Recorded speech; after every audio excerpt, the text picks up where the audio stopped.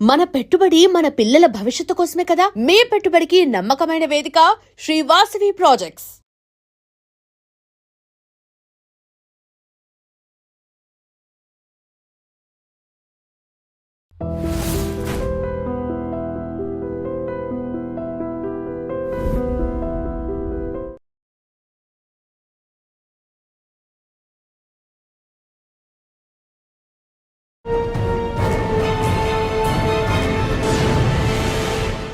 ఈ వారం మన guest Gaddam Mallesh, SI, EOW CCS, Hyderabad city police.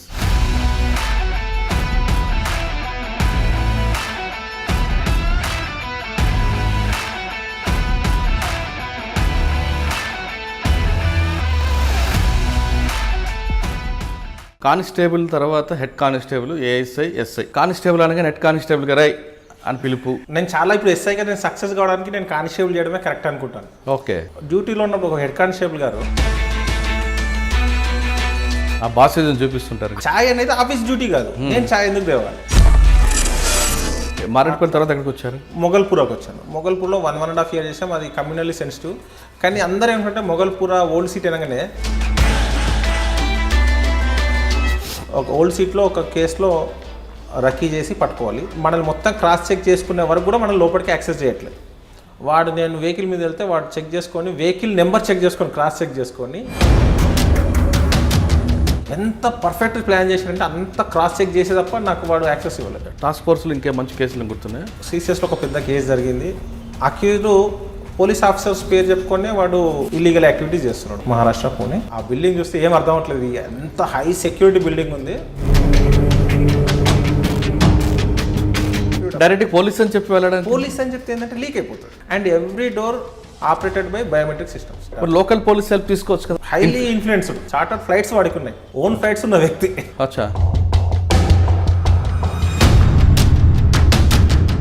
బండిలో తోసైన వెళ్ళిపోవాలి, బండి ఇంకేం మాట్లాడద్దు అని చెప్పేసి ఆడ దిగా నేసుకొని వస్తే ఇంకా చేజింగ్ ఇంకా మా వెనక వెహికల్స్ వస్తూ ఉన్నాయి. సాధారణంగా ఒక క్రైమ్ జరిగింది, ఒక సైబర్ క్రైమ్.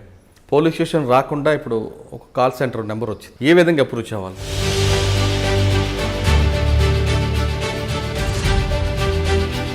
దాంట్లో మీరు ఇమీడియట్లీ కంప్లైంట్ చేసినట్లయితే ఇమీడియట్లీ యాక్షన్ స్టార్ట్ అవుతుంది. దాని నెంబర్ సార్ చెప్పండి.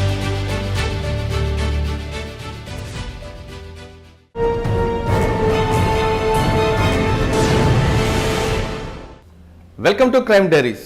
ఈ వారం మన guest Gaddam Mallesh, SI, EOW CCS, Hyderabad city police. సిసిఎస్లో ఈఓడబ్ల్యూలో పనిచేస్తున్న గడ్డం మల్లేష్ గారికి తన విభాగం కన్నా సైబర్ క్రైమ్ అంటే చాలా విపరీతమైన ఇష్టం. దానికోసం ఆయన ఒక ప్రత్యేక ఛానల్ ఓపెన్ చేయడంతో పాటు ప్రజలకి సైబర్ క్రైమ్ పట్ల అవగాహన కల్పించడం, సైబర్ క్రైమ్ బారిన పడకుండా ఎప్పటికప్పుడు టిప్స్ విడుదల చేయడం ఆయనకు ఒక పెద్ద హాబీగా మారింది. ప్రభుత్వం సహకరించినా సహకరించిపోయినా తన వంతు కృషిగా ఆయన సైబర్ క్రైమ్లో ఎవరు ఎలాగ పడకుండా, సైబర్ క్రైమ్లో ఎలాంటి నేరాలు వస్తుంటాయి, ఆ నేరాల బారిన పడకుండా ప్రజలకి ఒక టిప్స్ విడుదల చేస్తుంటారు. అలాంటి వ్యక్తి ఈ వారం మన గెస్ట్. సాధారణంగా ఇప్పుడున్న పరిస్థితుల్లో సైబర్ క్రైమ్ అనేది విపరీతంగా పెరుగుతుంది. దేశవ్యాప్తంగా ఎక్కువగా జరుగుతున్న నేరాల్లో సైబర్ క్రైమ్ మొట్టమొదటి స్థానంలో కనిపిస్తుంది. ఇంకా రాబోయే కాలంలో దాని పరిస్థితి చాలా తీవ్రంగా ఉండే అవకాశాలు ఉన్నాయి. కాబట్టి ప్రజలందరూ కూడా పోలీస్ స్టేషన్కి వెళ్లకుండా ముందు తమకు తనముగా రక్షించుకోవడానికి, సైబర్ క్రైమ్ బారిన పడకుండా ఉండడానికి ఆయన చేస్తున్న కృషిని మనం ఒకసారి ఆయనకి అడిగి ఎందుకు ఆ సైబర్ క్రైమ్ మీద ఎక్కువగా ఫోకస్ చేశారు, ఆయన చేస్తున్న కృషి వల్ల ప్రజలకు ఎలాంటి ఉపయోగం ఉంది, వాటితో పాటు ప్రజలకి ఎలాంటి టిప్స్ ఇస్తారు విషయాన్ని మనం మల్లేష్ గారిని తెలుసుకుందాం. మల్లేష్ గారు నమస్తే అండి. నమస్తే. మల్లేష్ గారు, ఫస్ట్లో ట్రెడిషనల్ క్రైమ్ ఉండేది, దాని తర్వాత మీరు పనిచేస్తున్న ఎకనామిక్ ఎఫెన్స్ వింగ్ ఉండేది, అంటే వైట్ కాలర్స్ ఎఫెన్స్ ఎక్కువగా ఉండేది. Yes sir. తర్వాత అది సైబర్ క్రైమ్కి వచ్చింది సార్. ఇంకా రాబోయే కాలంలో సైబర్ క్రైమ్ అనేది విపరీతంగా పెరిగే అవకాశం కనిపిస్తుంది. ఆ స్టాటస్ చూస్తున్నా, ఎందుకంటే నెట్ విపరీతంగా రావడంతో వాడు ఎక్కడో కూర్చుంటాడు, వాడు క్రైమ్ చేస్తుంటాడు. ఇక్కడ అమాయకులు రెండు విషయాలుగా, ఒకటి అత్యాస అవ్వచ్చు, రెండు అమాయకత్వం, రెండింటిలో పడి మోసపోతుంటారు.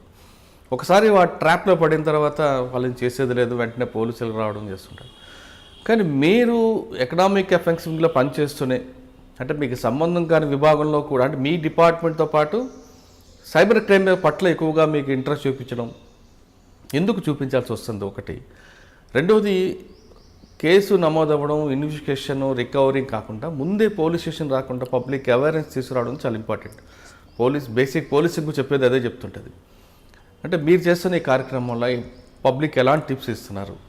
ఎక్కువగా ఏ తరహా నేరాలు జరుగుతున్నాయి? అంటే హనీ ట్రాప్ అవ్వచ్చు, లేదా జాబ్ ఫ్రాడ్ అవ్వచ్చు, ఫేక్ కాల్ సెంటర్స్, లేదా ఫిషింగ్ అవన్నీ రకరకాలు కనిపిస్తుంటాయి.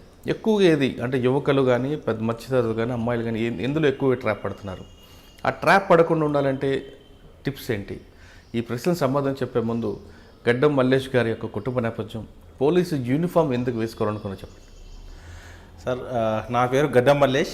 మా స్వస్థలం వచ్చేసి ప్రస్తుతం కామారెడ్డి జిల్లా బిక్నూర్ మండలం, బిక్నూర్ గ్రామంలో ఉంటుంది. మా ఫాదర్ గడ్డం రాజయ్య, మదర్ గడ్డం మన్నమ్మ. అది బిలో మిడిల్ క్లాస్ ఫ్యామిలీ. నాన్నగారు తాపీ మేస్త్రిగా పనిచేస్తుంటారు, అమ్మగారు ఉత్తర తెలంగాణలో బీడీలు చేస్తుంటారు. కామన్ లైఫ్ లీడ్ చేయడానికి బీడీలు అనేది కామన్గా చేస్తుంటారు. అలా వస్తున్నలో నా బాల్యం అంతా బిక్నూర్లో జరిగింది. బిక్నూర్లో హై స్కూల్లో ఉన్నప్పుడు ఎన్సీసీ అనేది మా స్కూల్లో ఉన్నప్పుడు మా మ్యాథ్స్ టీచర్ నాగభూషణం గౌడ్ గారు, ఆయన ఎన్సీసీలో మాకు ఇన్ఛార్జ్ కాబట్టి ఆయన పోలీస్ యూనిఫామ్ వేసుకొని 15th ఆగస్ట్ 26 జనవరి రోజు ఆయన పరేడ్కి వచ్చేది. ఆయన చూసినప్పుడు అరే మనం కూడా ఒక యూనిఫామ్ వేసుకోవాలి, మనం కూడా ఒక ఆఫీసర్ లాగా ఉండాలని చెప్పేసి అప్పటి నుంచి ఆ మైండ్లో పడింది. తర్వాత ఇంటర్మీడియట్ అయిపోయింది, పీజీ అయిపోయింది, నిజాం కాలేజీలో పీజీ చేయడం జరిగింది. ఆ తర్వాత పీజీలో ఉన్నప్పుడు నాకు కానిస్టేబుల్ జాబ్ వచ్చింది. ముందుగా కానిస్టేబుల్గా నేను నిజామాబాద్లో దాదాపు 1.5 years చేశాను, నిజామాబాద్ 2 Town పోలీస్ స్టేషన్. ఎవరండి అప్పుడు మీకు? అప్పుడు మాకు ఎస్పీ గారు రాజేష్ కుమార్ సార్, ప్రస్తుతం ఇంటెలిజెన్స్లో ఉన్నారు. ఆ సార్కి మేము ఎప్పుడు రుణపడి ఉన్నాం. ఎందుకంటే ఆ టైంలో ఆ సార్ ఫస్ట్ పోస్టింగ్ నిజామాబాద్ ఎస్పీగా. అప్పుడు మాకు ఏం చెప్పారంటే, మా ఫస్ట్ నేను నైట్ పెట్రోలింగ్లో ఉన్నప్పుడు సార్ వచ్చి ఆపి నువ్వేం చదువుకున్నావు అని అడిగారు. సార్ నేను పీజీ సార్ అంటే, నువ్వు పీజీ చేస్తూ కానిస్టేబుల్ ఎందుకు చేస్తున్నావు? పీజీ చదివిన వాడి కానిస్టేబుల్ ఎందుకు చేస్తున్నావు? నువ్వు గ్రోత్ రావాలి, డెవలప్ కావాలి, అందరూ అప్గ్రేడ్ కావాలని చెప్పేసి అందరికీ నెక్స్ట్ డే సెట్ కాన్ఫరెన్స్లో అనౌన్స్మెంట్ చేశారు. ఎవరైతే అప్పుడు ఎస్ఐ నోటిఫికేషన్ పడింది 2009లో, ఎస్ఐకి అపియర్ కావాలనుకున్న కానిస్టేబుల్స్ ఎవరున్నా కూడా మీరు అప్లికేషన్ పెట్టుకోండి, 45 days మీకు లీవ్ శాంక్షన్ చేస్తున్నారని అఫిషియల్గా చెప్పేశారు. 45 days లీవ్ శాంక్షన్ చేస్తుంటే దాదాపు అందరము కానిస్టేబుల్ నుండి ఎస్ఐగా ప్రిపేర్ అయ్యే అందరూ లీవ్ పెట్టుకొని హైదరాబాద్కి వచ్చి ఎవరికి ఉన్న సోర్సెస్లో వాళ్ళు కోచింగ్ తీసుకోవడం వల్ల జాబ్ వచ్చింది. ఆ బ్యాచ్లో నిజామాబాద్లో కానిస్టేబుల్గా పనిచేసిన 12 మంది ఎస్ఐలుగా సెలెక్ట్ అయ్యారు. అంటే ఈ 12 మంది రాజేష్ కుమార్ సార్కి రుణపడి ఉన్నాం. ఆ రోజు సార్ అఫిషియల్గా లీవ్ ఇవ్వకపోతే మేము మాకు అంత స్కోప్ ఉండేది కాకపోవచ్చు, లేదా 12 మందిలో 2-3 సెలెక్ట్ అయ్యేవారు కావచ్చు. అందరికీ ఛాన్స్ వచ్చిందంటే రాజేష్ కుమార్ సార్ యొక్క ఆయన యొక్క మంచితనం ఈరోజు ఆయనకే ఇవ్వాలి. మీ ఛానల్ ద్వారా సార్కి థ్యాంక్స్ చెప్పుకోవడానికి అవకాశం వచ్చింది సార్.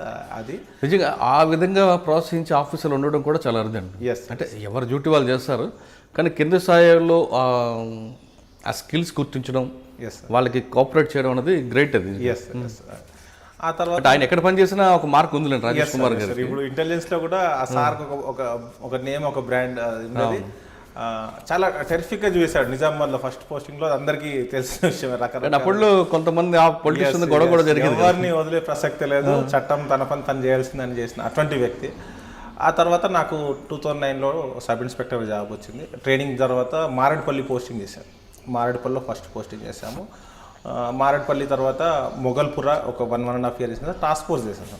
అంటే మీరు కానిస్టేబుల్గా డిపార్ట్మెంట్కి వచ్చినప్పటికీ ఒక పరిస్థితి ఉంటుంది. ఆఫీసర్స్ మీకు immediate boss ASI, head constable ఈ విధంగా ఉంటుంది. ఎస్ఐ అయ్యారు అంటే అందరూ ఒకేలాగా ఉంటారని అనరు, కానీ కానిస్టేబుల్ తర్వాత హెడ్ కానిస్టేబుల్, ఏఎస్ఐ, ఎస్ఐ, ఇది ఓకే. కానిస్టేబుల్ అనగానే హెడ్ కానిస్టేబుల్ గారు అని పిలుపు, ఇది ఇటువంటి కొంత కల్చర్ ఉండేది ఒకప్పుడు.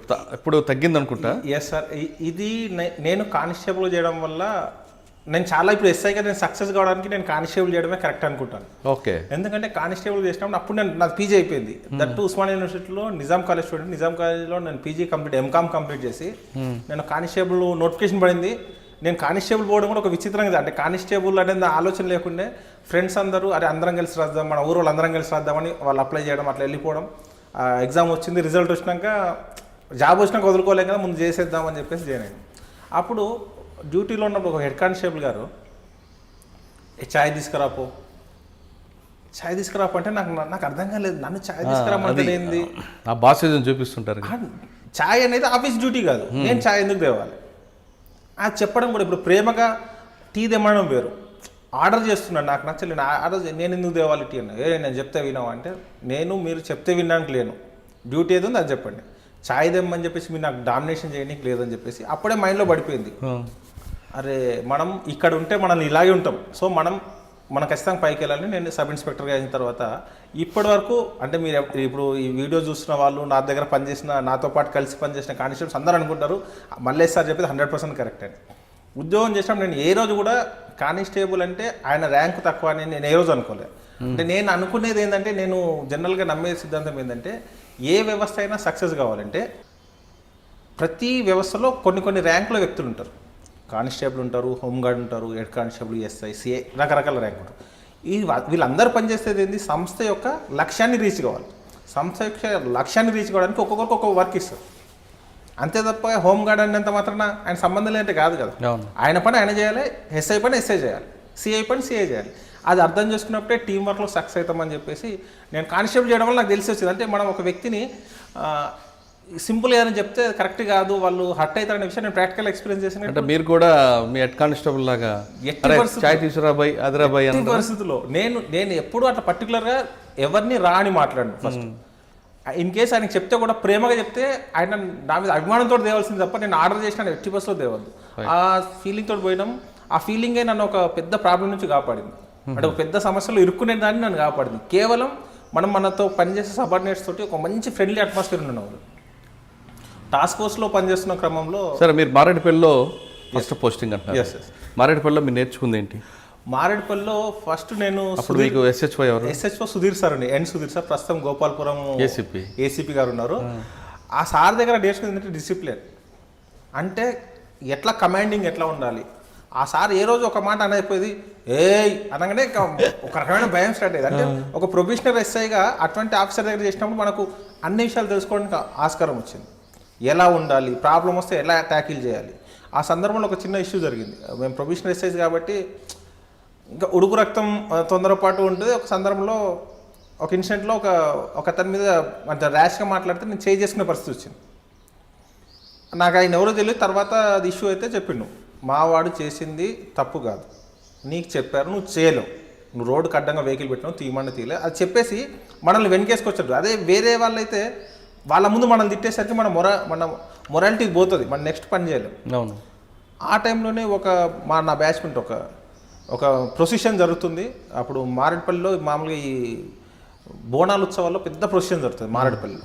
మహంకాళి తర్వాత మారేడుపల్లిలో జరుగుతుంది నెక్స్ట్ సండే.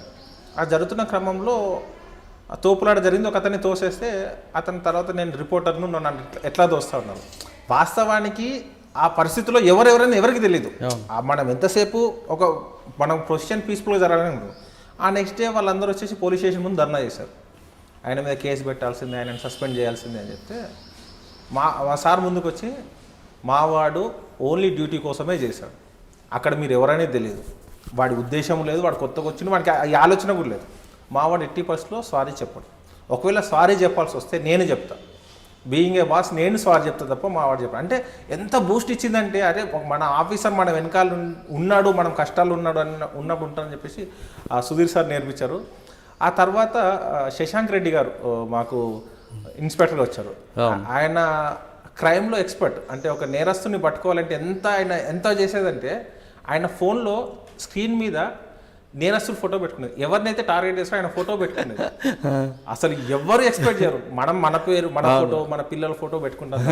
ఒక నేరస్తుడి ఫోటో స్క్రీన్ మీద, కంప్యూటర్ డెస్క్టాప్ మీద, అన్నిటి మీద అదే పెట్టేది. ఏం సార్ అంటే, మనం లేస్తే పడుకుంటే వాడు మన కళ్ళలో ఉన్న వాళ్ళు అప్పుడే దొరుకుతారని చెప్పేసి సీరియస్గా చెప్తే, ప్రాక్టికల్గా నేను క్రైమ్లో సక్సెస్ కావడానికి సార్ ఎట్లా పట్టుకురావాలి, ఎట్లా ట్రై చేయాలి. ఆ రోజు 2012లోనే కాల్ డేటా ఎలా అనాలిసిస్ చేయాలని నేర్పించి, ఈ సర్వీస్ ప్రొవైడర్స్ దగ్గరికి మమ్మల్ని పర్సనల్గా తీసుకెళ్ళి ఇంట్రడ్యూస్ చేశారు. ఎయిర్టెల్, బిఎస్ఎన్ఎల్, ఐడియా, వీళ్ళు మా సబార్డినేట్స్, మీరు వీళ్ళకి కొంచెం కోఆపరేట్ చేయండి, సర్వీస్లో కొత్తగా వచ్చారు, మీరు మంచి కోఆపరేట్ చేస్తే వీళ్ళు మంచి షైన్ అవుతారని చెప్పారు.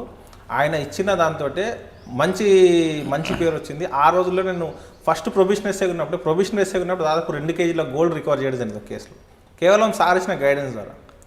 ఒక చిన్న ఫింగర్ ప్రింట్ వచ్చింది. అది ఫింగర్ ప్రింట్ మొత్తం చెక్ చేసుకుంటే అది ఉత్తరాంధ్రలో ఉన్న అక్యూజ్డ్, ఆ పేరు అక్కడ ఉంది. అక్కడికి వెళ్దాం అనుకుని మొత్తం రెడీ చేసుకునే లోపు మా దగ్గర పనిచేసిన ఒక కానిస్టేబుల్, సార్ వాడిని నేను గుర్తుపడతాను, నేను ఎస్ఆర్ నగర్లో అరెస్ట్ చేశానని చెప్పాడు.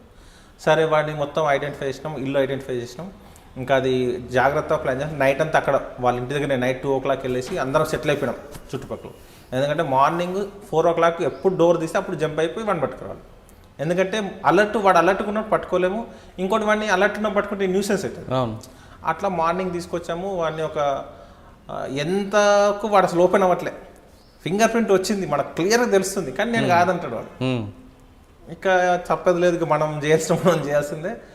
ఎంత చేసినా వాడు బ్రేక్ అవ్వట్లేదు. వాడు జస్ట్ అప్పుడు 26-27 years ఏజ్, మంచి బిల్ట్, అంటే మంచి బిల్ట్. అసలు వాడిని ఏం చేసినా వాడు మన గ్రిప్లోకి రావట్లేదు.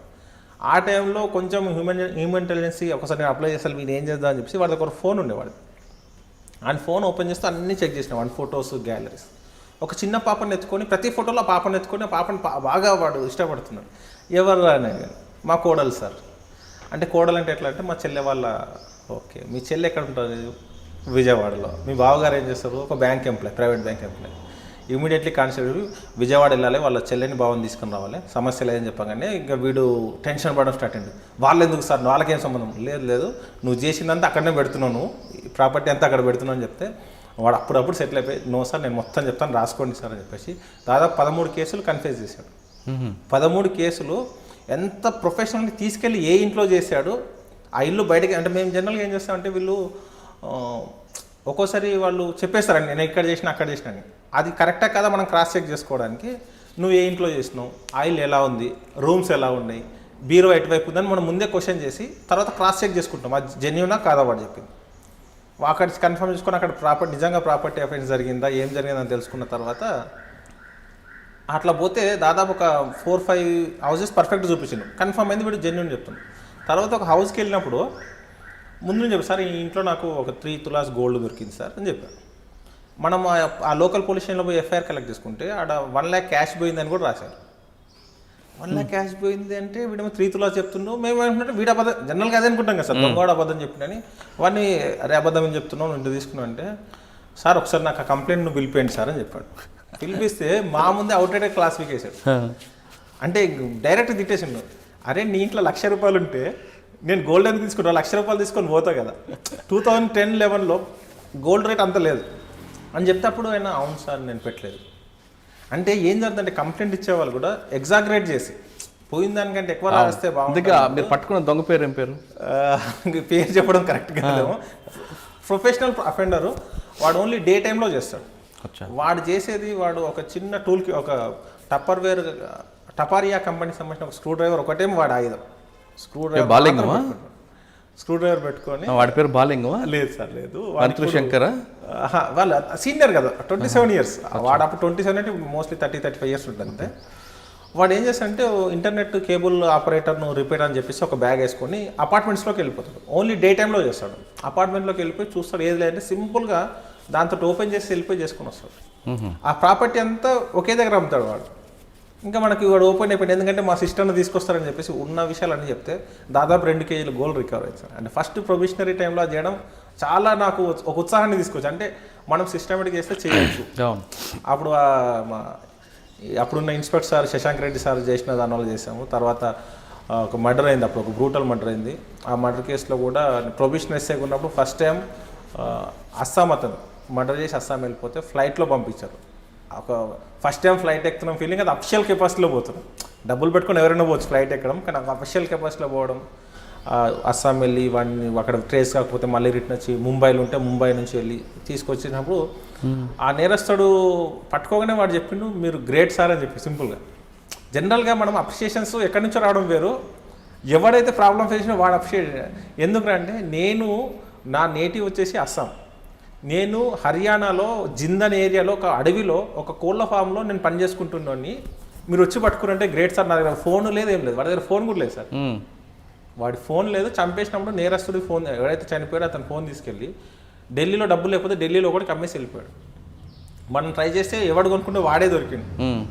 ఆ లక్కీగా అదంతా చేసిన టైంలో అరే వీడు ఫలానా దగ్గర ఉంటాడు నాకు తెలుసారంటే నైట్ 3 o'clock వెళ్ళి ఆ ఫారెస్ట్లో లైట్, అంటే అప్పుడు ఎట్లా ఉంటే ప్రొవిషన్ ఇస్తాయి కాబట్టి ఖచ్చితంగా మనం సాధించాలి. ఎందుకంటే అంతకుముందే అస్సాం పోయేసినాం, ఫ్లైట్లో పోయినాం, ఆ డబ్బులన్నీ ఖర్చు అయినాయి.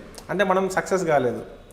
సో సక్సెస్ కావాలని అక్కడికి వెళ్ళేసి వాడిని పట్టుకుని అదే ఇంత అడవిలో వస్తారని నేను కళలో కూడా ఊహించుకోలేదు సార్. ఇంత అడవిలోకి వచ్చి పట్టుకుంటారని నేను కళలో కూడా ఊహించుకోలేదు సార్, గ్రేట్ అని ప్రెస్ మీట్లో చెప్పాడు వాడు. ఓకే. అప్పుడు డీసీపీ గారు ప్రెస్ మీట్ పెడితే ప్రెస్ మీట్లో సార్ చెప్పారు, సార్ మీ ఎస్ఐ గారు నేను ఎక్స్పెక్ట్ చేయలేదు సార్. అంటే తెలంగాణ పోలీస్కి అంత వెయిట్ ఉంది. అంటే మన హైదరాబాద్ పోలీసు అప్పుడు అస్సాం వెళ్ళినప్పుడు వాళ్ళు అరే మర్డర్ కేసు కోసం ఇంత దూరం ఎందుకు వచ్చారని చెప్పారు. మర్డర్ కేసు కోసం ఇంత దూరం చనిపోయిన పొలిటీషియనా లేకపోతే బిజినెస్ మ్యాన్ అంటే కాదు, ఒక ప్రైవేట్ ఎంప్లాయీ. దానికి ఎంత దూరం వచ్చారు ఎందుకంటే అంటే మా దగ్గర ఏది జరిగినా ఖచ్చితంగా ఒక కన్క్లూజన్ తీసుకురావాల్సిందే, వదిలేసే ప్రసక్తి ఉందని చెప్పి తీసుకొచ్చాను. ఓకే. మారేడుపల్లి తర్వాత ఎక్కడికి వచ్చారు? మొగల్పూర్కి వచ్చాను. మొగల్పూర్లో 1.5 years చేసాం. అది కమ్యూనల్లీ సెన్సిటివ్. కానీ అందరూ ఏంటంటే మొగల్పూర ఓల్డ్ సిటీ అనగానే నువ్వు ఎట్లా ఉంటావు ఓల్డ్ సిటీలో, ఉద్యోగం ఎట్లా ఇస్తారు, డేంజర్ కదా, అక్కడ రౌడీ షీటర్స్ ఉంటారు లేకపోతే ఇదంతా ఉంటుంది అని అనుకున్నాం. కానీ నాకు మొగల్పూరంలో పరిచయమైన వ్యక్తులు ఇప్పటికి కూడా ఒక మంచి ఫ్రెండ్స్గా ఉన్నారు. అంటే కమ్యూనిటీతో సంబంధం లేదు సార్. అంటే బయట వాళ్ళకే కమ్యూనిటీ హిందూ ముస్లిం అని ఉంటుంది, కానీ ఒకసారి అక్కడికి వెళ్ళిన తర్వాత ఎవరి పని వాళ్ళు చేసుకుంటారు. అక్కడ పండగలు కూడా హిందూ పండుగలు అయితే ముస్లిమ్స్ అందరు భోజనాలు ఇంట్లోకి వెళ్ళడం, రంజాన్కి ఇఫ్తార్ పార్టీలకి హిందువులను పిలవడం, ఒక మంచి కల్చర్ ఉంటుంది. బయట నుండి చూసే వాళ్ళకి ఓల్డ్ సిటీ అనగానే ఒక నెగిటివ్ ఇంపాక్ట్ తీసుకొస్తున్నారు. బట్ అదైతే లేదు. ఇప్పటి వరకు కూడా నాకు ఇప్పటికీ అక్కడ ఉన్న ఫ్రెండ్స్ అక్కడ ఆ ఏరియాకి వెళ్తే ఆప్యాయంగా పిలిచి వాళ్ళ ఇంటికి పిలిచి భోజనం పిలవడం, ఫంక్షన్కి పిలవడం అనేది, ప్రతి పండగకి విజిట్ చేయడం, కాల్ చేసి, అది ఒక మంచి కల్చర్. అక్కడ హిందూ ముస్లిం అనే ఒక ఫీలింగ్ మైండ్లోకి పోయింది. అసలు ఇంత బాగుంటుంది మనం ఓల్డ్ సిటీ అంటే ఏందనుకున్నాం. ఓకే. మొగల్పూర తర్వాత టాస్క్ ఫోర్స్కి వచ్చాను. ఇక్కడ సౌత్ జోన్ టాస్క్ ఫోర్స్. ఆ టాస్క్ ఫోర్స్ నాకు మల్లేష్ అనే వ్యక్తిని ఒక మంచి పొజిషన్కి ఒక ప్రత్యేకంగా తీర్చిదిద్దింది టాస్క్ ఫోర్స్. ఎంతకాలం పనిచేశారు? నేను దాదాపు 3.5 years చేశాను. అప్పుడు ఎవరండి? చక్రవర్తి కోటిరెడ్డి సార్ మా ఇన్ఛార్జ్ ఉండే. Kotireddy sir incharge, Limbareddy sir ఉండే మెయిన్ ఆఫీస్లో. అక్కడ కోటిరెడ్డి సార్ ఇన్ఛార్జ్. నేను పోస్టింగ్ వెళ్ళే వరకు కోటిరెడ్డి సార్ నాకు తెలియదు. అక్కడికి వెళ్ళిన తర్వాత మన పనితనం చూసిన తర్వాత మనకు ఎంకరేజ్ చేయడం స్టార్ట్ చేశాడు. సార్ ఏంటంటే టాస్క్లో బయటకు వెళ్ళినప్పుడు ఏ రోజు కూడా పని అయిందని ఏ రోజు అడగకపోయేది. ఫోన్ చేసి భోజనం చేశారా, షెల్టర్ బాగుందా, అందరినీ జాగ్రత్త చూసుకో, టీంను జాగ్రత్త చూసుకో, ప్లాన్ చేసుకొని తొందరపాటు నిర్ణయం తీసుకోకని చెప్పేది. ఆ ఎంకరేజ్మెంట్ తోటి చాలా కేసెస్ చేసినాం సార్. పెద్ద కేసులు, అంటే ఎక్స్పెక్ట్ చేయని కేసులు కూడా చేయడానికి సార్ ఎంకరేజ్మెంట్ వచ్చింది. ఎక్కడికి వెళ్ళినా కూడా జరిగింది. ఎప్పుడు మెన్నుని జాగ్రత్త చూసుకోమని చెప్పడం. దానివల్ల టీం వర్క్ అక్కడ నాకు అలవాటైంది. ఎందుకంటే ఆల్రెడీ కానిస్టేబుల్ చేశాను కదా, అక్కడ మన హెడ్ కానిస్టేబుల్ మనల్ని అంటే ఎంత ఫీల్ అయినాం. సో మనం కూడా అక్కడ అంత ఫ్రెండ్లీగా ఉండాలని చెప్పేసి వాళ్ళతో ఫ్రెండ్లీగా ఉన్నప్పుడు నేను ఒక చాలా పెద్ద రిస్క్లో ఇరుక్కున్నప్పుడు నన్ను కాపాడింది ఆ టీం వర్క్. అంటే నాకు కానిస్టేబుల్స్కి ఉన్నటువంటి రిలేషన్. ఒక ఓల్డ్ సీట్లో ఒక కేసులో రక్కీ చేసి పట్టుకోవాలి, ఒక అపార్ట్మెంట్లో ఒక ప్లేస్లో ఉండడం తెలుసు, ఎక్కడనేది తెలియదు. అక్కడ వాళ్ళు పట్టుకోనికి వెళ్ళాలి. దానికి నేనే వెళ్ళాల్సిన పరిస్థితి ఏర్పడ్డది. వాళ్ళు ఏంటంటే మనము ఇన్ఫార్మర్ ద్వారా పోతుంటే మనకు వాడు ఎవడంటే మనల్ని మొత్తం క్రాస్ చెక్ చేసుకునే వరకు కూడా మనం లోపలికి యాక్సెస్ చేయట్లేదు. అంటే ఎక్కడుందో ప్లేస్ చెప్పట్లేదు. అప్పుడు మా టీం చెప్పాను, నేను వెళ్తాను, మీరు జస్ట్ నన్ను కవరింగ్లో ఉండండి, నేను మళ్ళీ మీతో మాట్లాడడానికి వీలు కాదు. సో జస్ట్ నా బిహేవియరు, నా మూమెంట్స్ బట్టి మీరు డిసిషన్స్ తీసుకోండి అని చెప్పేసాను. వాడు నేను వెహికల్ మీద వెళ్తే వాడు చెక్ చేసుకొని, వెహికల్ నెంబర్ చెక్ చేసుకొని, క్రాస్ చెక్ చేసుకొని, ఈ వెహికల్ నీది కాదు కదా, ఎవరు వెహికల్ తెచ్చినా ఉన్నాడు. అంటే అంత అడ్వాన్స్గా ఉన్నారు వాళ్ళు. నేను చెప్పాను, ఈ ప్లేస్కి వస్తే నా వెహికల్ తెచ్చుకోవద్దని నేను ఫ్రెండ్ తెచ్చుకున్నాను చెప్పాను. నేను పోలీస్ అనే విషయం వాళ్ళు తెలియదు, వేరే వెహికల్ తెచ్చుకున్నాను. తర్వాత ఫోటో క్రాస్ చెక్ చేసుకున్నాడు, నా డీపీలో ఉన్న ఫోటో. ఎంత పర్ఫెక్ట్ ప్లాన్ చేశాడంటే అంత క్రాస్ చెక్ చేసే తప్ప నాకు వాడు యాక్సెస్ ఇవ్వలేదు. ఇప్పుడు నేను వీళ్ళకి అప్డేట్ చేసే పరిస్థితులు లేదు. వెళ్ళినాము, వాడు ఒక మీడియేట్ ఒక ప్లేస్లో కలిసిండు. అక్కడి నుంచి ఇంకో ప్లేస్ తీసుకెళ్ళి అక్కడ ఇంకొకరిని గెలిపించారు. అంటే వాళ్ళంతా ప్లాన్గా ఉన్నారు. ఫైనల్గా నేను తీసుకెళ్లాల్సిన ప్లేస్ తీసుకెళ్ళాను. కానీ నాకు మా టీంకి కమ్యూనికేట్ చేయడానికి ఆప్షన్ లేదు. ఓన్లీ నేను పోతున్న దాన్ని ఫాలో చేసుకొని రావాలి. టాస్క్ ఫోర్స్ టీమ్స్ అంటే డే అండ్ నైట్ కలిసి ఉండేవాళ్ళం కాబట్టి వాళ్ళకి బాడీ లాంగ్వేజ్ అర్థమైపోతుంది, చెప్పాల్సిన అవసరం లేదు. అట్లా వెళ్ళినాం. ఓల్డ్ సిటీలో ఒక చిన్న గల్లీలోకి తీసుకెళ్ళి ఒక అపార్ట్మెంట్లోకి తీసుకెళ్ళారు. అతను అపార్ట్మెంట్లో పార్క్ చేసే వరకు మాకు వాళ్ళకి తెలుసు ఈ దీంట్లోకి వెళ్తుంది. కానీ అపార్ట్మెంట్లో ఫ్లాట్లో ఏ ఫ్లాట్ ఉన్నాడో తెలియదు. నేను వెళ్ళాను, లోపలికి వెళ్ళాను. మనం అక్కడ తీసుకెళ్ళారు, డబ్బులు తీసుకున్నారు. నేను డబ్బులు ఇచ్చాను వాళ్ళకి. నేను అటాక్ చేయాలి, బట్ ఆ పరిస్థితి నేను ఒక్కరిని అటాక్ చేసే పరిస్థితి లేదు. ఇది సినిమా కాదు, సినిమాలో లాగా ఫైట్ చేసి అందరినీ కొట్టేసి సినిమా కాదు, మనం లైఫ్లో రియాలిటీలో జీవించాలి. అవును. సో మనం ఎంతసేపు కస్టమర్ లాగానే బిహేవ్ చేయాలి, అది చేయాలి. టీం రావాలి, టీం నుంచి ఏం రెస్పాన్స్ లేదు, నాకు అర్థం అవ్వట్లేదు. వాళ్ళకి ఏంటంటే నేను ఏ ఫ్లాట్లో ఉన్నాను వెతకడంలో ఉన్నారు. అప్పుడు కానిస్టేబుల్ సార్ మళ్ళీ సార్ చెప్పులు అక్కడ ఉన్నాయి, ఈ ఇంట్లోనే ఉంటారని చెప్పేసి డోర్ బదలు కట్టుకొని వచ్చారు. అంటే యూనిఫామ్ షూ అనుకోండి గుర్తుపడతారు, పోలీస్ షూ ఉన్నాయి కాబట్టి సార్ ఉండే. మన చెప్పుల్ని మన కాన్షియల్ గుర్తుపట్టారంటే ఎంత అటాచ్మెంట్ ఉంటే మన ఆ రిలేషన్ ఉంటే అటాచ్మెంట్ అబ్జర్వేషన్. ఆ రోజు ఆ చెప్పులు చూడకపోయింటే ఆపరేషన్ ఫెయిల్ అయ్యేది, లేదా నేను ఎవరో తెలిస్తే వాళ్ళు నా మీద అటాక్ చేసేవాళ్ళు, ఏదైనా జరిగి ఉండేది. ఆ ఒక్క మనం అటాచ్మెంట్ ఉండడం వల్ల మనం ఏ రోజు చెప్పుకోం కదా సార్ నా చెప్పులు ఇవి నా డ్రెస్ ఇది, కానీ మనతో ఉన్న రిలేషన్ బట్టి వాడు చేశారు. అప్పుడు అనిపించింది మనం టీమ్ తోటి ఎంత క్లోజ్గా ఉంటే బ్రేక్ చేసుకుని వచ్చేసారు. వాళ్ళు ఎంతమంది ఉన్నారు లోపల? వాళ్ళు 4 మెంబర్స్ ఉన్నారు. మీరు? నేను ఒక్కనే వెళ్ళాను ఫస్ట్. నేను ఒక వెపన్స్ కోసం అక్కడ ఒక ఇల్లీగల్ యాక్టివిటీ జరుగుతుంది, వాళ్ళని పట్టుకోవాలి, వాళ్ళని పట్టుకొని తీసుకురావాలి. అది ఎప్పటి నుంచో ట్రై చేస్తున్నాం కానీ మిస్ అవుతుంది. ఇంకా మనం ఇక ఈసారి లాభం లేదు, మనమే ఒక కస్టమర్ లాగానే పోతేనే వర్కౌట్ అవుతుందని చెప్పేసి డబ్బులు కూడా రెడీ చేసుకొని, ఎందుకంటే వాడు పోనీ ముందు డబ్బులు చూపిస్తే లోపల రానియారు, అంతా ప్లాన్ చేసుకుంటే ఆ రోజు నేను అంటే మీరు మీ వాళ్ళు లోపలికి వచ్చేసరికి ఉన్నారు వాళ్ళు ఉన్నారు మామూలు ఇక డైరెక్ట్ బ్రేక్ చేసుకొని వచ్చేసారు కాబట్టి వాళ్ళకి అర్థమైపోయింది. వాళ్ళు రాగానే పోలీస్ అని చెప్పేసినా వాటి సౌండ్ వస్తుంది పోలీస్ అంటే వాళ్ళకి ప్రిపేర్ అయిపోతారు, ఇక మనకు ఆప్షన్ లేదు అని. అదే లేకుండా పోలీస్ నేను పోలీస్ అన్నామనుకో అటాక్ అంటే వాడు పారిపోవడానికి ఇంట్లో లోపల ఉన్నారు కదా సార్, అపార్ట్మెంట్లో లోపల వాళ్ళు బయటకు పోవడానికి లేదు. సో అపార్ట్మెంట్లో వాళ్ళు ఎవరికి తెలియదు వీళ్ళు ఈ యాక్టివిటీస్ చేస్తారని.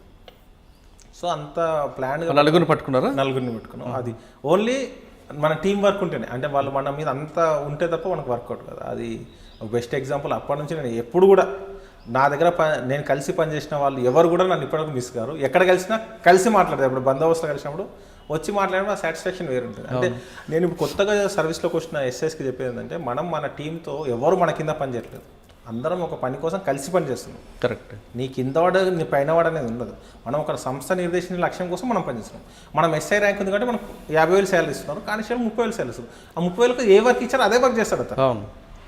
మనం ఇన్వెస్టిగేషన్ చేస్తాం, అతను మనకు అసిస్ట్ చేస్తాం, అంతే తప్ప ఎవరి కింద ఎవరు పని చేయట్లేదు అనేది తీసుకుంటే ఖచ్చితంగా సక్సెస్ అవుతాం. టాస్క్ ఫోర్స్లో ఇంకే మంచి కేసులు గుర్తున్నాయి? టాస్క్ ఫోర్స్లో ఒక ఫేమస్ రౌడీ షీటర్, అది పేరు డిస్క్లోజ్ చేయడం కరెక్ట్ కాదు, అర్థమైందండి. ఆ రౌడీ షీటర్ని పట్టుకోవాలి. అప్పుడు చాలా టార్చర్ జరుగుతుంది, అక్యూజ్డ్ రెగ్యులర్గా వస్తున్నాడు, ఐడెంటిఫై చేయలేకపోతున్నాడు. మనము వాడిని పాస్పోర్ట్ చెక్ చేస్తే వాడు ఫారెన్లో ఉన్నాడు. మన హ్యూమన్ ఇంటెలిజెన్స్ వాడు వచ్చిండు పలానా దగ్గర పలానా వ్యక్తిని బెదిరించారు, వస్తున్నారా అసలు మనం పాస్పోర్ట్ ఎంత క్రాస్ చెక్ చేసినా ఇండియాకి రావట్లే. ఇంకా అది సిపి గారు అప్పుడు మహేందర్ రెడ్డి సార్ ఉండి చాలా సీరియస్గా ఇది మీరు సంబంధం లేదు, మీరు ఖచ్చితంగా పట్టుకోవాలి, ఎట్లా వస్తాడు వాడు ఎట్లా పోతాడు అని చెప్పేసరికి ఈ కోటిరెడ్డి సార్ లింబారెడ్డి సార్ ఒక స్పెషల్ మీటింగ్ బట్టి ఖచ్చితంగా వీడిని పట్టుకోవాల్సిందే, ఇది ఎట్లా జరుగుతుంది మనం క్రాస్ చెక్ చేయాల్సిందని చెప్పేసి ఎన్ని రకాల ట్రై చేసినా. ఇంకోటి ఏంటంటే పబ్లిక్ జరిగిపోయిన తర్వాత చెప్తున్నారు, అంటే వాడు ఉన్నప్పుడు చెప్పండి ఎందుకంటే భయంతో. అవును, వాడు పోయిన తర్వాత చెప్తే మనం వెళ్తున్నాం సీసీ కెమెరా వస్తే నిజంగానే వాడు వస్తున్నాడు.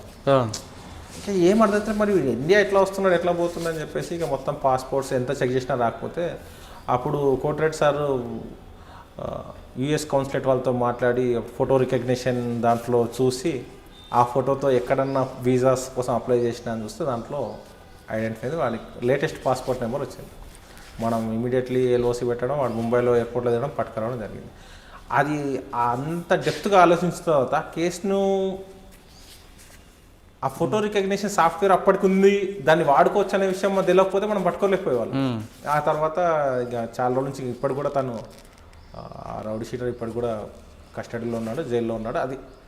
అది ఒక అందరికీ సవాల్గా విసురుతున్నాడు, వాడు వస్తున్నాడు పోతున్నాడు దొరకట్లేదు, ఎట్లా జరుగుతుందంటే అది మంచి బ్రేక్ చేయడానికి ఒక స్కోప్ దొరికింది. ఓకే, టాస్క్ ఫోర్స్ తర్వాత ఎక్కడికి వచ్చారండి? టాస్క్ ఫోర్స్ నుంచి సిసిఎస్కి వచ్చాను. సిసిఎస్కి వచ్చేసి ఎకనామిక్ అఫెన్స్ వింగ్లో చేస్తున్నాము. మహంతి సార్ గారు అప్పుడు ఇంకా అందరికీ ఒక ప్యాషన్, మహంతి సార్ దగ్గర పని చేయాలి అనేది ఒక డిఫరెంట్, ఎందుకంటే వాళ్ళ నాన్న ఉన్నప్పుడు చూడు అందరికీ మహంతి అనే పేరు ఒక బ్రాండ్ పోలీస్లో. సార్ దగ్గర పనిచేయడం ఒక మంచి దాదాపు 4 years నుంచి చేస్తున్నాను అక్కడ. ఈ టాస్క్ ఫోర్స్లో చేసిన అనుభవం, ఎందుకంటే ఎటువంటి నేరస్తున్నైనా ఏం క్లూస్ లేకుండా కష్టపడి పట్టుకునేటువంటి ఆ మైండ్ సెట్ ఉంది కాబట్టి ఎకనామిక్ అఫెన్స్లో చాలా ఈజీ అక్యూజ్ని పట్టుకోవడం, అంటే ఆ మైండ్ సెట్ ఉన్నవానికి, ఆ నాలెడ్జ్ ఉన్నవానికి. దానికోసమని ఒక సిసిఎస్లో ఒక పెద్ద కేసు జరిగింది. అక్యూజ్డ్ పోలీస్ ఆఫీసర్స్ పేరు చెప్పుకొని వాడు ఇల్లీగల్ యాక్టివిటీస్ చేస్తున్నాడు, కొంచెం అది ఇష్యూ సీరియస్ అవుతుంది, అది పట్టుకోవాలి కంపల్సరీ. ఆ టైంలో అది యాక్చువల్గా వేరే టీంలో ఉంది ఆ కేసు. సార్ దగ్గర మీటింగ్లో డిస్కషన్ చేసినప్పుడు అరే వీడిది టార్చర్ ఎక్కువైపోతుంది, వీడిని పట్టుకోవాల్సిందే, ఒక మంచి ఆఫీసర్ని పంపిద్దామని చెప్పి డిస్కస్ చేసేటప్పుడు మహంతి సార్ నా పేరు ప్రపోజ్ చేశారు, మల్లేష్ని పంపించండి. అది చాలా హ్యాపీ అనిపించింది. అంటే మన వర్క్ మనం చేయడం వేరు, వేరే వాళ్ళకి అసైన్ అయిన వర్క్ను మనకు తీసుకురా అని చెప్తే అది మనకు ఒక వెయిట్ పెరుగుతుంది, మనకు తెలియకుండానే ఒక దానికి నేను ఇంకొక మా బ్యాచ్మెంట్ ఎస్ఐ ఒక ఏఎస్ఐ గారు మొత్తం ముగ్గురం వెళ్ళినాం, తీసుకొని రావాలి, మొత్తం రెడీ చేసుకున్నాం. పూణే, మహారాష్ట్ర పూణే. వెళ్ళే ముందు సార్ని కలిస్తే చెప్పిన ఒకటే, వాడిని టచ్ చేయగానే నీకు ఎక్కడెక్కడి నుంచో ఫోన్లు వస్తాయి, టెన్షన్ పడద్దు, ఎట్టి పరిస్థితుల్లో మ్యాన్ హ్యాండ్లింగ్ చేయొద్దు, ప్రొసీజర్ ప్రకారమే తీసుకురండి, అవసరమైతే అక్కడ కోర్టులో ప్రొడ్యూస్ చేయండి, లీగల్ ప్రొసీడింగ్స్ మిస్ కావద్దు, మ్యాన్ హ్యాండ్లింగ్ చేయొద్దు, అక్యూజ్ మిస్ కావద్దు. పెద్ద ఫోన్లు వస్తాయని సార్ చెప్పారు. ఎంత ప్రెజర్ ఉంటుంది మనకు, అంటే ప్రెజర్ వచ్చిన రెస్పాండ్ అవుద్దన్నారా? ప్రెజర్ వచ్చినా కూడా తీసుకొని రావాలి, ప్రెజర్ వచ్చిందని వదిలేదు, నీ క్లియర్ ఇన్స్ట్రక్షన్స్ తీసుకొని రావాలి, పర్సన్ లీగల్గా తీసుకొని రావాలి. ఏం చేస్తావు నాకు తెలియదు చెప్పిండు. ఎవరండి ఆయన? అప్పట్లో పేపర్లో కూడా చాలా రోజులు మెయిన్ హెడ్డింగ్స్లో వచ్చాయి. ఏం పేరు? ఇంకా అది ట్రయల్ నర్సింగ్ కాబట్టి మనం నేమ్ చెప్పడం కరెక్ట్ కాదు. అట్లా చేస్తున్న క్రమంలో వెళ్ళమని చెప్పారు, వెహికల్ వెళ్తున్నాం, మధ్యలో అది స్టార్ట్ అవుతుంది, సార్ చెప్పాడు ఇంత ఇంపార్టెంట్ అన్నారు. ప్లస్ మన కేసు కాదు, మన కేసు అంటే ప్లస్ మైనస్ అయినా మనం బాధ్యులం, వేరే వాళ్ళ కేసు ఒకవేళ ఏదైనా ఫెయిల్ అయితే మన మీద చాలా ఇంపాక్ట్ పడుతుందని చెప్పి సార్ కూడా ఇబ్బంది ఉంటుంది. ప్లాన్ చేసుకున్నాం, ముగ్గురే ఉన్నాం, ఇద్దరు ఎస్ఐస్ ఉన్నప్పుడు ఎట్లుంటాయంటే ఏ టీం అయినా ఒకరు లీడ్ చేస్తే సక్సెస్ఫుల్ ఉంటుంది. ఇద్దరు సేమ్ ఉన్నాడు కష్టం. నేను చెప్పాను, అన్న నువ్వు లీడ్ చేయి, లేదంటే నేను లీడ్ చేస్తాను. నేను లీడ్ చేస్తున్నా అంటే నా కమెంట్స్ ప్రకారం మనం పని చేయాలి, ఎందుకంటే ముగ్గురే ఉన్నాం మనం అక్కడ పోయినాక మనకు ఉండదని చెప్పడం. అతను సరే నువ్వు లీడ్ చేయి, నువ్వు టాస్క్ ఫోర్స్లో చేసినావు కదా అని చెప్పేసి పూణే వెళ్ళినాం. పూణే వెళ్ళిన తర్వాత మనకు అడ్రస్ చూసిన తర్వాత అపార్ట్మెంట్ చూస్తే, ఆ బిల్డింగ్ చూస్తే ఏం అర్థం అవ్వట్లేదు, ఎంత హై సెక్యూరిటీ బిల్డింగ్ ఉంది, ఏం అర్థం అవ్వట్లేదు. ఇంకా మనం టాస్క్ ఫోర్స్లో చేసిన ఎక్స్పీరియన్స్ తోటి మార్నింగ్ స్విగ్గీ బ్యాగ్ వేసుకొని, నా దగ్గర అంత సెటప్ ఉంటుంది, ఎప్పుడు ఎక్కడికి పోయినా ఆ సిచ్యువేషన్ తగ్గట్టు మనం రెడీ అయిపోయాం. పోతే సెక్యూరిటీ దగ్గర ఆపేస్తున్నాం. స్విగ్గీ అంటే నో, ఇక్కడ పెట్టేసి మా ఇంటర్నల్ వాళ్ళు సప్లై చేసేస్తారు, ఇక్కడ మీ డెలివరీ ఇచ్చేసి వెళ్ళాను. సో ఫెయిల్ అయింది. మళ్ళీ తర్వాత వచ్చేసి ఎట్లా అమెజాన్ ఒక ఫోన్ తీసుకెళ్ళాం, అమెజాన్ ఈ ఫోన్ సార్కి ఇవ్వాలి, ఇది ఇవ్వనీకి లేదంటే అట్లా ఉండదు, మా దాంట్లో లోపలికి ఎవరికి అలవలేదు, ఇక్కడ పెట్టాల్సిందే. మనం ఇంకా లోపలికి యాక్సెసే దొరకట్లేదు. అది అపార్ట్మెంట్లో జనరల్గా చాలా పెద్ద అపార్ట్మెంట్, అలా ఫారినర్స్ ఎక్కువ ఉంటారు, ఫారినర్ గెస్ట్లే ఎక్కువ ఉంటారు. అటువంటి హై సెక్యూరిటీ డైరెక్ట్ పోలీస్ అని చెప్పి వెళ్ళడానికి, పోలీస్ అని చెప్తే ఏంటంటే లీక్ అయిపోతుంది, పోలీస్ అని చెప్తే అలర్ట్ అవుతుంది. ఎట్లా అంటే ప్రతి దగ్గర సీసీ కెమెరా వస్తుంది. ఆ బిల్డింగ్ చూసిన తర్వాత ఎట్లా అని మనం ఓపెన్ ఇంటెలిజెన్స్ అని ఉంటుంది, ఓపెన్ ఇంటెలిజెన్స్ మనం వాడుకోవాలి. మనకు ఉన్న నెట్వర్క్ ఏంది, సిస్టమ్స్ ఏంది, గూగుల్లోకి వెళ్ళి అపార్ట్మెంట్ నేమ్ సెర్చ్ చేశాను. అపార్ట్మెంట్ నేమ్ సెర్చ్ చేసినప్పుడు మనం అపార్ట్మెంట్ అమ్మేటప్పుడు బిల్డర్ కొన్ని అడ్వర్టైజ్మెంట్స్ ఇస్తారు, మా బిల్డింగ్లో ఇంత పెద్ద విశాలమైన అది ఉంటుంది, ఇన్ని లిఫ్ట్స్ ఉన్నాయి, ఇన్ని బెడ్రూమ్స్ ఉన్నాయి అన్న. చూస్తే ప్రతి ఫ్లాట్కి 3 లిఫ్ట్స్ ఉన్నాయి, ఒకటి జనరల్గా, ఒకటేమో హాల్లో నుంచి, ఒకటి బెడ్రూమ్లో నుంచి. అది చూసినప్పుడు అంటే మనం పోవడం కాదు, ఈ 3 లిఫ్ట్లను కూడా కవర్ చేసుకోలేము. మనం టచ్ చేయగానే ఈ లిఫ్ట్లోకి వెళ్ళిపోతే మనం ఏం చేయలేము. And every door operated by biometric systems. So మనం డోర్ నూకనీకి లేదు. సో ఎవడో కూడా అందులో ఉన్నాడు, మనం కోఆపరేట్ చేయాల్సింది. అవును, మనం బలవంతంగా దుంకిపోయినా వర్కౌట్ కాదు, వర్కౌటే కాదు, అసలు మన డోర్ ఓపెన్ కాదు. అవును, అసలు ముందు లోపలికి వెళ్ళేము. ఒకవేళ వాడికి కొంచెం ఇంట్స్ వచ్చినా వాడు లిఫ్ట్ నుంచి వెళ్ళిపోతాడు. సో దాంట్లో ఆ వీడియో నువ్వు చాలాసేపు అబ్జర్వ్ చేసి స్పెసిఫికేషన్స్ అన్నీ చదివితే ఒక ఫ్లోర్లో ఒకటే ఫ్లాట్. మనం లిఫ్ట్ ఎక్కగానే ఏ ఫ్లాట్ నెంబర్, ఫర్ ఎగ్జాంపుల్ 403 నొక్కగానే ఆ 403లో ఈ కెమెరా ఓపెన్ అవుతుంది, అక్కడ డిస్ప్లే అవుతుంది వాళ్ళకి, మీ ఫ్లోర్కి ఎవరు వస్తారు అనేది. అది పరిస్థితి. అసలు ఏం అర్థం అవ్వట్లేదు. అంటే అవన్నీ చదివేసరికి మనకి ఇంకా కాషన్, అంటే మనం ఇంత జాగ్రత్త పోవాలి, మనం ఎక్కడ తొందరపడినా మనం ఫెయిల్ అవుతాం. సో మళ్ళీ మొత్తం ప్లాన్ చేసుకొని ఇక ఇట్లా లావాలని చెప్పేసి అక్కడ సెక్యూరిటీ వాడి దగ్గరికి వెళ్ళేసి మీ హెడ్తో మాట్లాడని చెప్తే ఒక 4-5 మెంబర్స్తో మాట్లాడతారు. అక్కడ ఇక పోలీస్ ఒక కేసులో వచ్చాము, ఎవరి కోసం వచ్చామో చెప్పడం వీలు కాదు. ప్లస్ ఇప్పుడు నాకు ఒక పర్సన్, మీ పర్సన్ అటాచ్ చేయండి, ఆ పర్సన్ ఫోన్ మా దగ్గరనే పెట్టుకుంటాం, ఆ పర్సన్ మేము చెప్పినట్లు మాత్రం చేయాలి తప్ప ఇంకేం చేద్దని చెప్పేసి వాళ్ళని కాన్ఫిడెన్స్లో తీసుకొని వాళ్ళు కేసు డీటెయిల్ చెప్పమంటారు. కేసు డీటెయిల్ చెప్తే లీక్ అయిందనుకో ఫెయిల్. చెప్పాము సమస్య లేదు, మీకు కేసు అయితే మా దగ్గర క్లియర్గా ఉంది, no doubt at. Local police help తీసుకోవచ్చు కదా. లోకల్ పోలీస్ హెల్ప్ అంటే సార్ వాడు హైలీ ఇన్ఫ్లుయెన్స్డ్. మరి సెక్యూరిటీ వాడు వాళ్ళకి చెప్పడానికి గ్యారెంటీ, మనం ఆ పర్సన్ పేరు చెప్పలేదు కదా సార్, మనం ఎవరి కోసం వచ్చినా చెప్పట్లేదు, కేసు ఉంది, ఒక పర్సన్ తీసుకోవాలి. వాళ్ళని కన్విన్స్ చేసిన తర్వాత మనం వెళ్ళాల్సింది 4th ఫ్లోర్, కానీ వాడికి 4th ఫ్లోర్ అని చెప్తే లీక్ అవుతుంది. సో మనం చెప్పింది వేరే ఫ్లోర్ అని చెప్పేసి ముందు వెళ్ళి పార్కింగ్ స్లాట్లో ఆ వెహికల్ ఉందా లేదా, ఆయన పార్కింగ్ స్లాట్లో కన్ఫర్మ్ వెహికల్ ఉంది, అవన్నీ చేసుకున్న తర్వాత లిఫ్ట్లోకి ఎక్కాలి. లిఫ్ట్లోకి ఎక్కి డైరెక్ట్ 4th ఫ్లోర్ నొక్కితే కెమెరా ఓపెన్ అయిపోతుంది. మనకు ఆల్రెడీ చూసాం కదా, అదంతా స్పెసిఫికేషన్ చూసినాం కాబట్టి వేరే ఫ్లోర్ ఎక్కేసి ఆ పోతున్న క్రమంలో సడన్గా ప్రెస్ చేసి మళ్ళీ ఆ నెంబర్లో దిగిపోయిన తర్వాత మొత్తం గ్లాసెస్ పిలవాలి. సెక్యూరిటీ అతనితో చెప్తే అది తెలుసు. వాళ్ళ పిఏ వచ్చాడు. వాళ్ళ పిఏ వస్తే ఎవరంటాడు, మన దగ్గర ఆన్సర్ ఉండాలి అని అప్పుడే ప్లాన్ చేసుకొని my Rajesh high Mera NAM, my Nagpur से आया, साहब से मिलने का है. साहब बुलाया क्या ना, हाउ साहब बुलाया थे, नहीं मैं पी हूँ, मैं आपका तो शेड्यूल में नहीं है, आपका नाम नहीं है बोला. नहीं मैं कल ही बात हुआ, मैं मिलने का है, एक बार बोलिए అని. ఇంకా వాడు డౌట్ తోటే పోతున్నాడు. జనరల్గా హై ప్రొఫైల్ వల్ల అపాయింట్మెంట్ అంత ఈజీగా ముందు ప్రీ ఫిక్స్డ్ లేకపోతే అక్కడికి వెళ్ళి ఆ రోజు వినాయక చవితి, ముందు రోజు వినాయక చవితి, నెక్స్ట్ డే ఆ వినాయక చవితి ఆ లోపల వినాయకుడు అవి ఉన్నాయి, పూజ చేస్తూ ఉన్నాడు. చూస్తున్నాం. ఆయన చూసి కోనే అన్నాడు. అంటే ఆయన నా దగ్గర రావడానికి 3 డోర్స్ ఉన్నాయి, అవన్నీ కూడా హై సెక్యూరిటీ. అంటే అతను ఓపెన్ చేస్తే తప్ప మనం పోలేం. లాస్ట్ డోర్ దగ్గర రాయిపోయినా మనం చేసేది ఏం లేదు, బ్రేక్ చేసిపోయేంత పరిస్థితి ఉండదు, హై సెక్యూరిటీ కాబట్టి. సో ఇంకా అతను మన దగ్గరకు వచ్చే వరకు మనం వెయిట్ చేయాలి. ఆయన ఎవరంటే క్వశ్చన్ వేయద్దు, ఎవరంటే ఆన్సర్ చెప్పాలి నేను. ఇంకంతా ముగ్గురు ఉన్నారు అప్పుడు. అంటే ముగ్గురిని ఇద్దరు లిఫ్ట్లో పెట్టేశాం కదా. ఒకటి బెడ్రూమ్ నుంచి బయటకు వచ్చే లిఫ్ట్ కింద ఎక్కడ ఉందో అక్కడ ఒకరిని, లోపల హాల్ నుంచి వచ్చే దగ్గర నేను ఒక్కరినే వెళ్ళాను పైకి. నేను సెక్యూరిటీ అతను. ఆయన అక్కడి నుంచి వస్తుంటే రామ్ ఆయన పేరు చెప్పి రామ్ జీ కైసే బోత్ దిన్ హోగా ఆప్కే నై మిల్ అంటే ఆయన నా దగ్గరికి వచ్చే వరకు నా ఫ్లో ఆపలేదు. నా ఫ్లో ఆపితే కోనే అంటాడు. అట్లా ఫ్లో మాట్లాడుతున్నాడు, కన్ఫ్యూజ్లో దగ్గరకు వచ్చి కన్ఫ్యూజ్లోనే వస్తున్నాడు. లాస్ట్ డోర్ ఓపెన్ చేయని చేయబట్టుకున్నాడు. కోడాక వాళ్ళు ఉంటుంది కదా, వాళ్ళ లాంగ్వేజ్ ఎంత మాట్లాడితే సమస్య లేదు, కేసే లేకే జానేకే జాదా బాత్ కరే తుమారకు, ఇంకా మన లాంగ్వేజ్లో మనం చెప్తే బయట అని చెప్పేసి ఇంకా ఫోన్లో వస్తా ఉన్నాడు. నాకు బాత్ కరో ఫోన్స్ ఇస్తా ఉన్నాడు. ఏం మాట్లాడే అంటే మీరు కూర్చోమని వాడు ఎస్కేప్ అవ్వలేదా? వాడికి హై ప్రొఫైల్ కదా సార్. వాళ్ళు ఎస్కేప్ అంటే చీప్ అయిపోడు వాడు. అంటే వాడి లొకాలిటీ కదా, వాడి ఇండియా ఏరియా కదా, వాడు బయట హంగామా చేస్తే వాడు చీప్ అవుతాడు.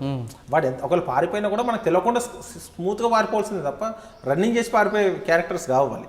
ఎందుకంటే వాడు చార్టర్డ్ ఫ్లైట్స్ వాడికి ఉన్నాయి, ఓన్ ఫ్లైట్స్ ఉన్న వ్యక్తి, పరిగెత్తుకొని పోయే పరిస్థితి లేదు. అంటే డమ్కి బాగా ఇచ్చారా? ఇంకా చెప్పేసి సమస్య లేదు, तुम ज़्यादा मत कर तो खींच के लेके जाना पड़ेगा, तुम्हारा एरिया में लीक होता है, तुम्हारा मर्जी, जो भी है सीधा बात करो అంటే వాడు కూర్చోండి. అది మాట్లాడి వేరెవరో ఫోన్లు చేయించారు. ఎవరు ఫోన్ చేసినా సార్ ఇది ప్రొసీజర్, నేను తీసుకెళ్ళాను సార్, మీరు ఏమైనా మాట్లాడాలనుకుంటే హైదరాబాద్ తీసుకెళ్తాం సార్, అక్కడ మాట్లాడండి.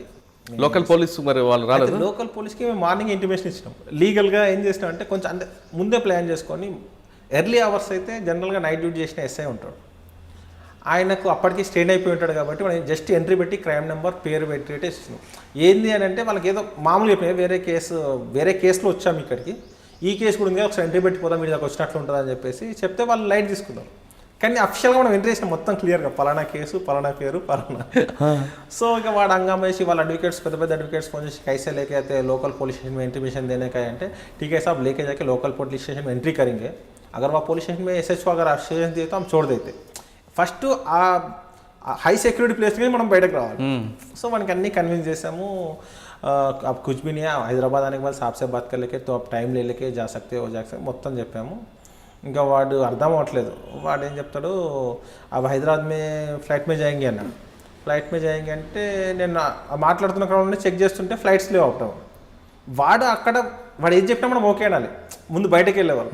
ఫ్లైట్లో వెళ్దామని వాడు చెప్పితే गूगल सर्च చేస్తే ఫ్లైట్స్లో సాబ్ ఫ్లైట్ में जाएंगे बोले लेकिन अब फ्लाइट एक भी नहीं है साहब అంటే, అరే उसमें अपना फ्लाइट है ना, చార్టర్డ్ ఫ్లైట్ మనది ఉంది కదా అంటాడు. వీడు ఫ్లైట్లో వాడి ఫ్లైట్లో ఎక్కినాక పైకి వెళ్ళినాక హైదరాబాద్ కాకుండా ఇంకేటో తీసుకెళ్ళినాడు మన పరిస్థితి. ఇంకా మనం నో అంటే వాడు ఆర్గ్యూ చేస్తాడు. ठीक है साहब वो PS में एंट्री करके जाएंगे, आपको క్లియర్ కరవు, ఆ పైలట్కి ఇంటిమేట్ చేసిండు, పైలట్ అంతా ప్రిపేర్ చేసుకుని అంత ప్రొసెస్ జరుగుతుంది ఆ ఫ్లైట్లో రావడానికి. పిఎస్లో ఎంట్రీ పెడదాం సార్ అని చెప్పేసి పిఎస్ వరకు వెళ్ళేసి ఇంకా మన వెహికల్లో రాని చెప్పాడు. ఎట్టి బస్సులో మీ వెహికల్ ఎక్కను, నేను నా వెహికల్లోనే వస్తాను. ఓకే మీ వెహికల్లో నేను కూడా కూర్చుంటాను, మీ వెహికల్ రండి, మీ వెహికల్లో నేను కూడా కూర్చున్నాను. సో వాళ్ళ వెహికల్లో బయటకు వచ్చిన తర్వాత పిఎస్ వరకు వెళ్ళాం. పిఎస్కి దిగానే మాట్లాడుతూ మా డ్రైవర్ ముందు చెప్పిన, నువ్వు హైదరాబాద్ ఏ రూట్ ఉందో డైరెక్షన్ పెట్టుకో, బండిలో తోసైనా వెళ్ళిపోవాలి, బండి ఇంకేం మాట్లాడద్దని చెప్పేసి ఆడ దిగా నేసుకొని వస్తే ఇంకా చేజింగ్, ఇంకా మా ఆయనక వెహికల్స్ వస్తూ ఉన్నాయి. అంటే పోలీస్ స్టేషన్లో ఎంట్రీ చూపించి, పోలీస్ స్టేషన్ ఆల్రెడీ ఎంట్రీ చేసినాం కదా, తీసుకెళ్తున్నాం ఎంట్రీ చేసేసినాం, మళ్ళీ చేయాల్సిన అవసరం లేదు అక్కడికి. మరి ఎక్కడ మరి వెహికల్ చేంజ్ చేశారు వాడికి? పిఎస్ దగ్గరికి వెళ్దామని చెప్పాం కాబట్టి పిఎస్కి వస్తారు కదా, వాళ్ళకి ఏంది పిఎస్లో ఎంట్రీ పెడతాం, పిఎస్లో లోకల్ పిఎస్లో మేనేజ్ చేసుకుందాం, తర్వాత సేవ్ అయిపోదాంలే అనుకున్నాం. ఆ మైండ్తో కూడా ప్రిపేర్డ్గా వెళ్ళాడు. పిఎస్ నాకు నచ్చి వెళ్తేనా అనుకున్నా. అక్కడ దాకా వెళ్ళాక మన బండ్లు వేసుకుని వస్తే వెనక వెహికల్స్ ఫాలో అవుతూ వస్తున్నాయి. నేను ఒకటే చెప్పిన, మీ వాళ్ళు వస్తే చిన్న గొడవ అవుతుండొచ్చు మాతోటి, బట్ అది మీడియాలో వచ్చిందంటే నీ లైఫ్ మొత్తం పోతుంది. నిన్ను పట్టుకపోయిన విషయం మీ 2-3 ఫ్రెండ్స్ తప్ప ఎవరి తెలియదు. ఒకవేళ హంగామా అయితే మీ రాష్ట్రం మొత్తం తెలిసిపోతుంది. నీ కెరీరే దెబ్బతింటే ఆలోచించుకో. నువ్వు సింపుల్గా హైదరాబాద్ వచ్చేసి అక్కడ మాట్లాడి క్లియర్ చేసుకో. ఇంకా దానికి నువ్వు హంగామా చేస్తే బాగుంటుంది. మనకి మైండ్ వాష్ చేసేసరికి వాడు ఇమీడియట్లీ ఫోన్ చేసి వెనక వెహికల్స్ అన్ని డ్రాప్ అని, సార్ ఒక్క వెహికల్ అయితే వస్తుంది సార్, నాకు అక్కడ ఏమైనా అవసరం ఉంటుంటే ఓకే ఫాలో అవ్వగానే అని చెప్పాను. పూణే నుంచి హైదరాబాద్ దాకా వచ్చాము. తీసుకొచ్చినాక ఎంతసేపు ఏమంటే మాట్లాడతారు అయిపోతుందని చెప్పాను. ఎంతసేపు 6 hours పట్టిందా? 6-7 hours పట్టింది. నాన్ స్టాప్ వచ్చేసాం. ఎందుకంటే మనం ఆ టైంలో కూడా ఏం చేసినా వెనక వెహికల్ వస్తుంటే నాకు మైండ్లో ఏదో డౌట్ వస్తుంది, వీడు వెనక వెహికల్ వస్తుంది, వాడు ఇంకేమైనా ప్లాన్ చేయొచ్చు, వాడు అటాక్ చేయొచ్చు, ఏమని చేయొచ్చు, ఇది కరెక్ట్గా అని చెప్పేసి నేను ఆల్రెడీ మేము 3 ఉన్నాం కాబట్టి నేను ఆ వెహికల్లోకి వెళ్ళిపోయాను. ఎవరు అక్యూజ్డ్ వెహికల్లోకి వెళ్ళేసి మా సార్కి ఇంటిమేట్ చేస్తారు, ఇంకో అక్యూజ్డ్ వెహికల్ వస్తుంది, నీ వెహికల్ వస్తున్నాను, ఎందుకంటే ఏం జరుగుతుందో మనకి ఇన్ఫర్మేషన్ ఉండాలని. అక్కడ చూస్తే నేను చేసిన గెస్ చాలా సక్సెస్ అయింది, కరెక్ట్ అయింది. వాడి వెహికల్ వస్తున్న డ్రైవరు మధ్యలో భోజనం కోసం ఆపినప్పుడు మాతో ఉంటుండే, మేము ఏం మాట్లాడమో ఆన్సర్ చెప్పట్లేదు, ఏదో అంటున్నాడు తప్ప ఏం చెప్పట్లేదు. ఇంకా తర్వాత ఎందుకో డౌట్ వస్తుంది, వీడు ఇంత డిఫరెంట్ ఉన్నాడు ఏందని చెప్పేసి మళ్ళీ వెహికల్ ఎక్కినాక వాడి ఫోన్ రింగ్ అయింది. వాడికి ఫోన్ వస్తుంది, కనిపించింది ఫోన్, సమ్ రెడ్డి అని ఉంది నేమ్. రెడ్డి అంటే ఫోన్ కట్ చేస్తున్నాడు. రెడ్డి అని ఉంది ఎవరా అంటే మరి ఏఎస్ఆర్ ఉంటుంది. అరే తెలంగాణలో తప్ప ఆంధ్రాలో తప్ప రెడ్డిలో ఎవరు లేరు, కరెక్ట్గా పోయిందని చెప్తే గట్టి పేరిస్తే, సార్ నేను ఆంధ్ర వస్తానే సార్, మా మేడం ఎవరైతే పట్టుకున్నా వాళ్ళ మేడం పంపించింది, నువ్వు తెలుగులో మాట్లాడదు, వాళ్ళు ఏం మాట్లాడుతుంది నాకు అప్డేట్ చేయాలి, నువ్వు తెలుగు రానట్లు ఉండాలి, వాళ్ళు ఏమేమి మాట్లాడుతురు అన్నీ నువ్వు అప్డేట్ చేయాలని చెప్పారు. అంటే నేను ఆ వెహికల్లో వెళ్ళడం వల్ల వాడు ఏందని తెలిసి వచ్చాను. అంటే మనం జాగ్రత్త పడడం, తొందరపడి మనం ఏమనుకుంటాం ఫ్రెండ్స్తో మాట్లాడే దొరికిందా ఇక లేచేస్తున్నాం, మనం డిస్కస్ చేసి లీక్ అయింది అనుకో, వాడు ఇంకా వేరే ప్లాన్ చేసుకోవచ్చు. సో ఆ వెహికల్ వెళ్ళడం వల్ల వాడిని మనం గ్రిప్లో తీసుకొని బెదిరించేసి వాడిని ఫోన్స్ అని మన హ్యాండ్ ఓవర్, మన మూమెంట్ అంతా లీక్ అయిపోతుంది, వాడు మనం మాట్లాడేది అర్థం చేసుకుంటాం. అది అక్కడ వర్కౌట్ అయింది. హైదరాబాద్ తీసుకొచ్చినాక నైట్ లాకప్లో పెడితే వాడికి అర్థం అవ్వట్లేదు. అంటే నైట్లో ఎక్కడ వాడు మరి ఇంకా వేరే వెహికల్ తిప్పడం ఏం చేయలేదు. ఇంకా వానికి ఏం చెప్పినామంటే ఎంతసేపు హైదరాబాద్కి వస్తే మా సార్కి అడిగేసి నువ్వు 2 రోజులు టైం తీసుకొని నువ్వు సెటిల్ చేసుకో, నీ కేసును సెటిల్ చేసుకొని చెప్తూ వచ్చినాం. ఎందుకంటే మనం సాఫీగా జర్నీ జరగాలి. వచ్చేసినాం, మాట్లాడిన తర్వాత లాకప్లో వేస్తే నేను ఈడ పడుకోవాలని అంటాడు. అంటే వాడు ఎక్స్పెక్ట్ చేయలేదు లాకప్లో పడుకోవాలని, ఇంకేడ పడుకుంటే సమస్య లేదు. తర్వాత అరెస్ట్ చేసి దాదాపు 15 days లోపల ఉన్నాడు లాకప్లో, జైల్లో సెంచరీ జైల్లో. అసలు వాడు ఎక్స్పెక్ట్ చేయలేదు. నెక్స్ట్ చాలా రోజులు పేపర్లో హెడ్డింగ్స్ వచ్చినాయి, చార్టర్డ్ ఫ్లైట్స్లో తిరుగుతున్న వ్యక్తిని అరెస్ట్ చేసిన సిసిఎస్ పోలీసులు. అంటే అది ఎంత తర్వాత వచ్చినాక మా సార్ కూడా ఎట్లా పట్టుకొచ్చినావు నువ్వు, నేను ప్రెజర్ అయిన వల్ల సార్కి 2 ఫోన్లు వచ్చినాయి, మా సార్ కూడా వచ్చినాయి. అంటే ఏంటంటే నేను ఏదో జరుగుతుందని ప్రిపేర్డ్గా ఉన్నా, నేను ఐ మీన్ చాలా ప్రెజర్ వస్తుందని ప్రిపేర్డ్ ఉన్నాను. ఆ ప్రెజర్ రాకుండా సింపుల్గా మేనేజ్ చేసుకొని తీసుకొచ్చినావు. ఎట్లా తీసుకొచ్చినావు అంటే వాడిని కాన్ఫరెన్స్లో తీసుకున్నాను, సార్ మీకు ఎందుకు అక్కడికి వస్తే అయిపోతుంది, నువ్వు హంగామా చేయకు, సార్ రిక్వెస్ట్ చేసుకుని వెళ్ళిపో అని చెప్పి వాడికి బ్రెయిన్ వాష్ చేసాక వాడు అదే ఫీలింగ్ ఉన్నాడు. వాడు ఎంతసేపు నేను వెళ్ళిపోతా అనే ఫీలింగ్ నుండి వాడు రిటర్న్ ఫ్లైట్లో వెళ్ళిపోతానే ఫీలింగ్ ఉన్నాడు. అవన్నీ లేకుండా చేసినాం సార్ అంటే సార్ కూడా చాలా అప్రిషియేట్ చేశాను. అంటే మన వర్క్ అంటే వేరే వాళ్ళకి చేసినప్పుడు ఆ గుర్తింపు రావడం, ఆ దాని తర్వాత ఎవరిదాన్ని ఇంపార్టెంట్ కేసు ఉంటే మళ్ళీకి పంపించండి. అదర్ స్టేట్ మన తెలుగు అకాడమీ కేసులో కూడా ఫోన్ స్విచ్ ఆఫ్ ఏం లేదు, కేరళలో నుంచి తీసుకోవాలి. కేరళ నార్త్లో ఈజీ, సౌత్లో ఏంటంటే లాంగ్వేజ్ ప్రాబ్లం ఉంటుంది. మనము మన మన మన వేషాలు వేయలేము సౌత్లో, ఎందుకంటే మన లాంగ్వేజ్ అర్థమవుతుంది వాళ్ళకి. నార్త్లో మనం మేనేజ్ చేయొచ్చు మన లాంగ్వేజ్ తోటి. సౌత్లో నువ్వు ఎవరిని టచ్ చేసినా వాడికి అర్థం కేరళ వాడు కాదు, వీడు తమిళనాడు వాడు కాదు. అటువంటి టైంలో కూడా ట్రాప్ చేసి మొత్తం చేసి పట్టుకొచ్చినాం. 1 day పోయినాం, ఫ్లైట్లో 2-3 hours ఐడెంటిఫై చేసుకున్నాం, తీసుకొని వచ్చినాం. చాలా ప్రెజర్ ఉన్న కేసులో అప్పటి నుంచి ఆఫీసర్స్కి ఒక అంతే మల్లేష్ ఏదని చెప్తే వాడు చేసుకొస్తారు, సమస్య లేదు. కానీ ఈ కేసు మాత్రం చాలా ఇంట్రెస్ట్ ఉంది, చాలా ఇంట్రెస్ట్. అసలు మనం సెక్యూరిటీ ఉన్న ఏరియాలో ఆ సెక్యూరిటీని బ్రీచ్ చేసి పోయి మళ్ళీ ఎక్కడ న్యూసెన్స్ కాకుండా, ఎక్కడ ఇష్యూ కాకుండా. జనరల్గా ఏమిటంటే హై ప్రొఫైల్ మనల్ని పట్టుకొచ్చినప్పుడు హంగామా జరుగుతుంది, ఫోన్స్ వస్తాయి, మధ్యలో ప్రెజర్ చేస్తారు, అడ్వకేట్లు వచ్చి హంగామా చేస్తారు. మనకి ఒకటే ఇప్పుడు సింపుల్గా చేసేస్తాం భయ్, ఎందుకు నువ్వు అనవసరంగా ఎక్కువ చేసుకుంటే అనవసరంగా లీక్ అవుతుంది, ఆడొచ్చి మాట్లాడుకో అయిపోద్ది అని చెప్పి అంత సాఫీగా తీసుకొచ్చినాం. అరెస్ట్ అయినాక బయటకు వచ్చినాక కలిసిండు, అటెండెన్స్ ఇస్తారు సార్ వాళ్ళకి, కండిషనల్ పిలిచినప్పుడు సిగ్నేచర్ పెట్టడానికి వచ్చినప్పుడు ఏం సార్ कुछ भी नहीं होता बोले इतना करें मेरे को नहीं हमारा हाथ में क्या है जो भी है మేరా డ్యూటీ మై కరే మై కుछ బడికే కరేకే అంటే నైసా మై వాళ్ళ ఒక గురువు చెప్పిండట, నువ్వు ఒక 15 రోజులు ఒక ట్రైనింగ్ వెళ్ళమని చెప్పిండట ఆయన. ఒక ఆశ్రమంకి వెళ్ళు, ఆశ్రమం రూల్స్ చెప్పిండు ఏంటంటే ఎవరు కనపడరు, ఒక రూమ్ ఉంటుంది, జస్ట్ ఒక మనిషి ఉండేంత కిందనే పడుకోవాలి, ఫుడ్ ఇచ్చే వ్యక్తి కూడా అక్కడ పెట్టేసి వెళ్తారట, కనీసం ఒక్కసారి కూడా మాట్లాడడానికి అవకాశం ఉండదు, అట్లా 15 days ఉంటే నీకు మంచి జరుగుతుందని చెప్పేసి చెప్పిండట.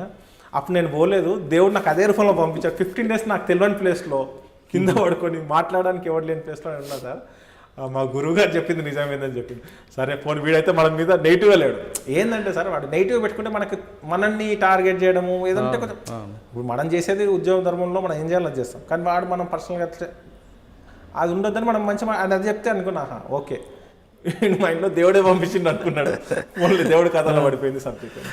ఓకే, ఇక ఇది చేస్తున్న క్రమంలో ఈ సైబర్ క్రైమ్స్ వైపు ఎందుకు వచ్చామంటే మెయిన్ ఆ మధ్యకాలంలో ఫేస్బుక్స్ ఎక్కువ హ్యాక్ అయ్యింది. పోలీస్ ఆఫీసర్స్ కూడా ఫేక్ చేసి ఫ్రెండ్ రిక్వెస్ట్లు పంపించి డబ్బులు అడుగుతున్నారు. డబ్బులు అడుగుతున్న క్రమంలో ఇట్లా ఒక చిన్న క్లూస్ చెప్తూ మనం ఒక వీడియో చేశాను, సింపుల్ ఆఫీస్లో కూర్చోండి చేశాను.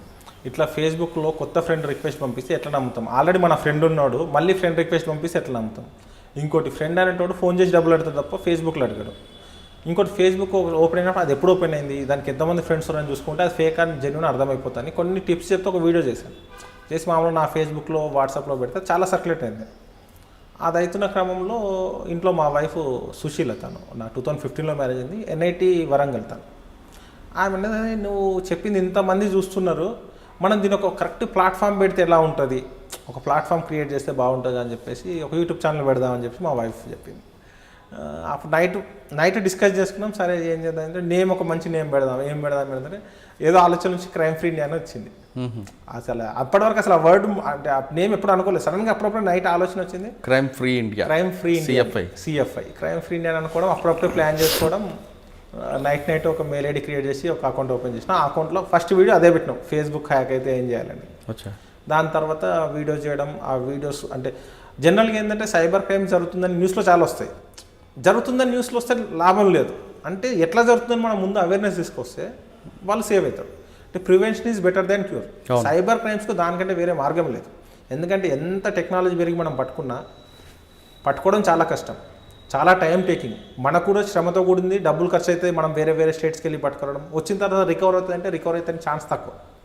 ఇంతన్నిటికీ సొల్యూషన్ అసలు మనం జాగ్రత్త పడితే బెస్ట్ కదా అని చెప్పేసి ఆ క్రైమ్ ఫ్రీ ఇండియా ఛానల్కి ఒక ట్యాగ్ లైన్ కూడా పెట్టినాం, అవగాహన పెంచుకో నిన్ను నువ్వు కాపాడుకో. అవగాహన పెంచుకో నిన్ను నువ్వు కాపాడుకునే ఆ శీర్షికతో స్టార్ట్ చేసి రెగ్యులర్గా వీడియోస్ చేయడం. ఒక 2 వీడియోస్ చేసిన తర్వాత మా జాయింట్ CP అవినాష్ మంచి సార్ని కలిసాను, సార్ ఇట్లా వీడియోస్ చేస్తున్నాను బాగుందంటే, ఓకే గుడ్ బాగుంది చెయ్యు, బట్ మనకు కొన్ని బోర్డర్స్ ఉంటే అవి దాటి ఎట్టి బస్సులు చేయొద్దు, మనం చేయొద్దంటే సార్ నేను ప్రతి చేస్తాను సార్. అప్పుడు సారు పర్మిషన్ అఫిషియల్గా లెటర్ పెట్టని చెప్తే అప్పుడు మా CP గారు సార్ దగ్గరికి వెళ్తే అంజన్ కుమార్ సార్ అప్పుడు ఆయన స్క్రూటినీ చేసి దాన్ని లీగల్ ఒపీనియన్ తీసుకొని ఛానల్ పెట్టడానికి చాలా రోజులు టైం పట్టింది. ఎందుకంటే ఇప్పటివరకు ఏ పోలీస్ ఆఫీసర్ కూడా ఒక యూట్యూబ్ ఛానల్ అఫిషియల్గా రన్ చేయట్లేదు. అవును, మనం చేయొచ్చా చేయరాదనేది ఎక్కడ చూసినా, మా సర్వీస్ రూల్స్లో చూసినా, ఎక్కడ చూసినా దానికి సంబంధించినది దొరకట్లేదు. ఏం చేయాలో అర్థమవట్లేదు.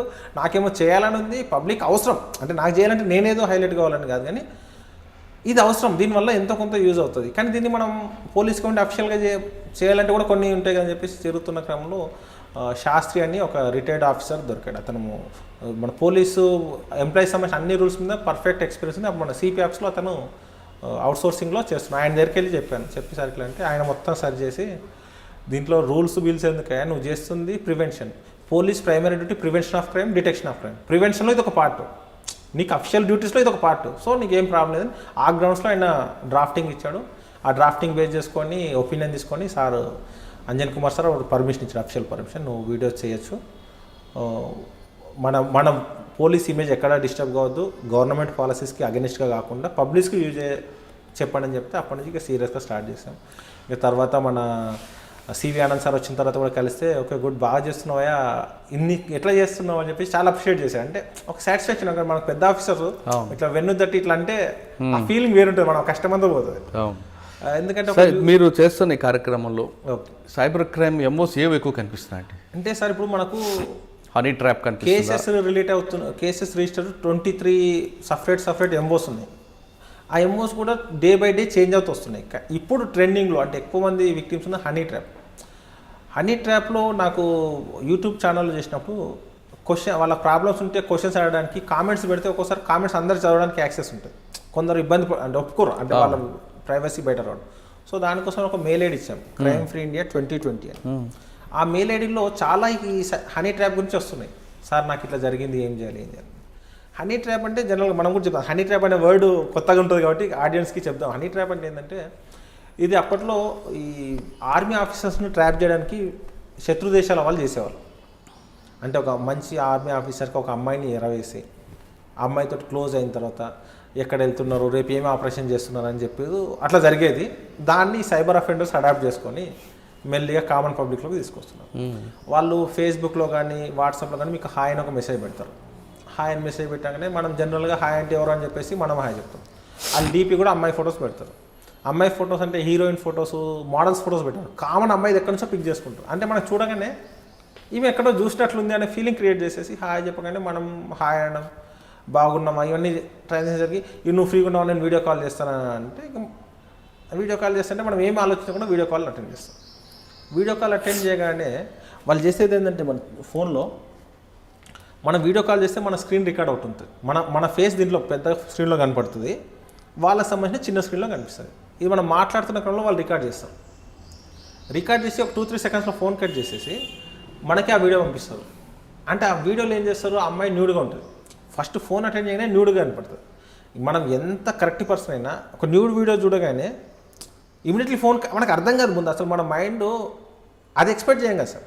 మనం ఎక్స్పెక్ట్ చేసి ఒక ఎవరో ఫ్రెండ్ మాట్లాడుతాను ఎక్స్పెక్ట్ చేస్తే సరే న్యూడ్లో అమ్మాయి కనిపిసరికి నీ మైండ్ ముందు అర్థం కాదు. నువ్వు కట్ చేయాలన్నా ఇదంతా జరగడానికి ఒక 4-5 సెకండ్స్ పడుతుంది. నువ్వు ఎంత అనుకున్న 4-5 సెకండ్స్. ఇంకా కొందరు కన్ఫ్యూజ్ అయ్యి అసలు ఏందని కొంచెం అసలు ఏందో చూద్దామని క్యూరియాసిటీతో తెలియకుండానే చూసేవాళ్ళు ఉంటారు. కొందరు ఇంకేందంటే వాళ్ళు టెంప్ట్ చేస్తే ఈ అబ్బాయి కూడా ఒక ప్రైవేట్ ప్లేస్లోకి వెళ్ళి ఇతను కూడా న్యూడ్గా తయారయ్యి కూడా వీడియోస్ చేసిన సందర్భాలు కూడా ఉన్నాయి. అంటే వాళ్ళ సిచ్యువేషన్ ఎంత డిమాండ్ చేస్తే అంత ట్రై చేస్తారు. అదంతా ఫోన్ కట్ చేసి ఇదే వీడియో మనకు పంపిస్తాం. నువ్వు ఇట్లా నాతో న్యూడ్ వీడియో చార్జ్ చేసినావు, నేను ఈ సోషల్ మీడియాలో పోస్ట్ చేస్తాను, ఫేస్బుక్లో పోస్ట్ చేస్తాను, ట్విట్టర్లో పోస్ట్ చేస్తాను అని చెప్పేసి బ్లాక్మెయిల్ చేసి వద్దని చెప్తే డబ్బులు ఇవ్వండి, డబ్బులు ఇస్తేనే నేను నీకు హెల్ప్ చేస్తాను, లేకపోతే ఇది పోస్ట్ చేస్తాను. ఇప్పుడు ఎవరైనా కూడా సొసైటీలో అన్నిటికన్నా ముందు పేరు ముఖ్యం. అవును, ఈ వ్యక్తి ఇలాంటి వాడు అని క్యారెక్టర్ పోయిందంటే ఎవరు తట్టుకోలేడు. అట్లా అని చెప్పేసి ఎంత అంటే డబ్బులు ఇచ్చేస్తారు. ఎంత అంటే డబ్బులు ఇచ్చేస్తున్నారు, ఎవరు చెప్పుకోలేని పరిస్థితి. ఇది మనం చూస్తున్న ఆడియన్స్ కూడా అనుకుంటారు, ఇది మనం ఎందుకు చేస్తాంలే అనుకుంటారు, ఇది మనకెందుకు అయితే అనుకుంటారు. సమస్య లేదు, ఇలా ఎవ్వరు అతిథులు కాదు, ఎవ్వరు పోలీస్ ఆఫీసర్స్ కూడా ఇరుక్కున్నారు తెలియకుండా, మంచి డాక్టర్స్, అడ్వకేట్స్ కూడా ఇరుక్కున్నారు. అంటే దీనికి ఎవరు అతిథులు కాదు. అంటే మీకు వచ్చిన కంప్లైంట్లో ఒక మంచి కేస్ స్టడీ చెప్పండి. అంటే కేస్ స్టడీ అంటే ఆ పర్సన్ పేరు చెప్పను. అవును, లాక్డౌన్ టైంలో కోవిడ్ చాలా ఎఫెక్టివ్ ఉంది. అంటే డాక్టర్స్ కూడా డైరెక్ట్ పేషెంట్ని కలిసే పరిస్థితి లేదు, అంటే హాస్పిటల్స్ కూడా లేవు. ఆ టైంలో ఏం చేశారు, అందరూ ఈ వీడియో కాల్ కనెక్షన్ పెడుతున్నారు. అంటే జనరల్ ఏంటంటే వీడియో కాల్లో మనం మాట్లాడతాము, ఆ పేషెంట్ ప్రాబ్లం చెప్తాడు, అతను ప్రిస్క్రిప్షన్స్ ఇవ్వడం జరుగుతుంది. ఆ టైంలో వీళ్ళు ఏం చేశారంటే ఫేమస్ డాక్టర్స్ను టార్గెట్ చేశారు. ఫర్ ఎగ్జాంపుల్ అపోలోలో ఒక ఫేమస్ డాక్టర్ ఉంది అనుకోండి, ఆయనకు వీళ్ళు ఆన్లైన్లో బుక్ చేసుకుంటారు, స్లాట్ బుక్ చేసుకుంటారు. ఆ టైంకైనా వీడియో కాల్ అటెండ్ చేస్తారు. అటెండ్ చేయగానే ఆటోమేటిక్గా న్యూడ్ అమ్మాయి అటు నుంచి అనిపిస్తుంది. డాక్టర్కి అసలు ఆయనకు అర్థం కాదు అసలు ఏం జరుగుతుంది అని. ఎవరైనా అంతే అర్థమయ్యి కట్ అయ్యేలోపు ఇది పంపించేసి ఇట్లా నువ్వు నన్ను ప్రెజర్ చేసిన న్యూడ్గా కనపడమని, నేను ఇది సోషల్ మీడియాలో పెడతాను, నేను మీడియాలో చెప్తాను చెప్తే ఆ డాక్టర్ ఎంత ఇబ్బంది పడతాడు అంటే, ఆయన ఇన్ని సంవత్సరాలు కాపాడుకున్న ఆయన ఒక ఇమేజ్ అంతా పోతుంది. అరే ఈ డాక్టర్ ఇలాంటి వాడు అనే విషయం తెలిస్తే అయితే అని చెప్పేసి ఆయన టెన్షన్ పడడం, వాళ్ళు డబ్బులు అడగడం, ఈయనకి ఏం అర్థం కాకుండా కొంత అమౌంట్ పంపించాను టెన్షన్లో. ఇదేంటంటే సైబర్ అఫెండర్ నువ్వు ₹1,00,000 పంపిస్తే డిలీట్ చేస్తామంటారు కదా, ₹1,00,000 పంపించినా డిలీట్ చేయరు, ₹1,00,00,000 పంపించినా డిలీట్ చేయరు, నువ్వు ఏం పంపించకపోయినా డిలీట్ చేయడు వాడు. ఎందుకంటే వాడు కావాల్సిన డబ్బులు, నువ్వు ఎంత భయపడితే అంత టార్గెట్ చేస్తావు. ఆయన ఒకసారి ఇచ్చాడు, రెండోసారి ఇచ్చాడు, ఆయనకు అర్థం అవ్వట్లేదు. ఈయన ఇంకా పేషెంట్స్ ఈ టెన్షన్ స్టార్ట్ అయిపోయింది ఆయనకి. ఇంకా ఆ టైంలో అప్రోచ్ అవ్వడం జరిగితే ఇది జరుగుతుంది సార్, ఇది 80% వాళ్ళు చేయరు. జనరల్గా ఏమనుకుంటే వాళ్ళు మేము మీ ఫేస్బుక్లో పెడతాము, యూట్యూబ్లో పెడతామని చెప్తారు. యూట్యూబ్ కానీ ఫేస్బుక్ కానీ సార్ అబ్నార్మల్ కంటెంట్ ఉంటే, అబ్సీన్ కంటెంట్ ఉంటే వాళ్ళు అప్లోడ్ చేయడానికి యాక్సెప్ట్ ఇవ్వరు. అప్లోడ్ కాగానే వాళ్ళు చెక్ చేసి వాళ్ళే డిలీట్ చేస్తారు. ఈ విషయం తెలియక చాలామంది నిజంగా అవుతుంది కావచ్చు అని డబ్బులు ఇస్తారు. ఇది చాలా జరుగుతున్నాయి. దాని మీద కొన్ని వీడియోస్ చేసాం. ఇంకా తర్వాత ఇట్లా కాదు, దీనికి మనం చెక్ పెట్టాలి.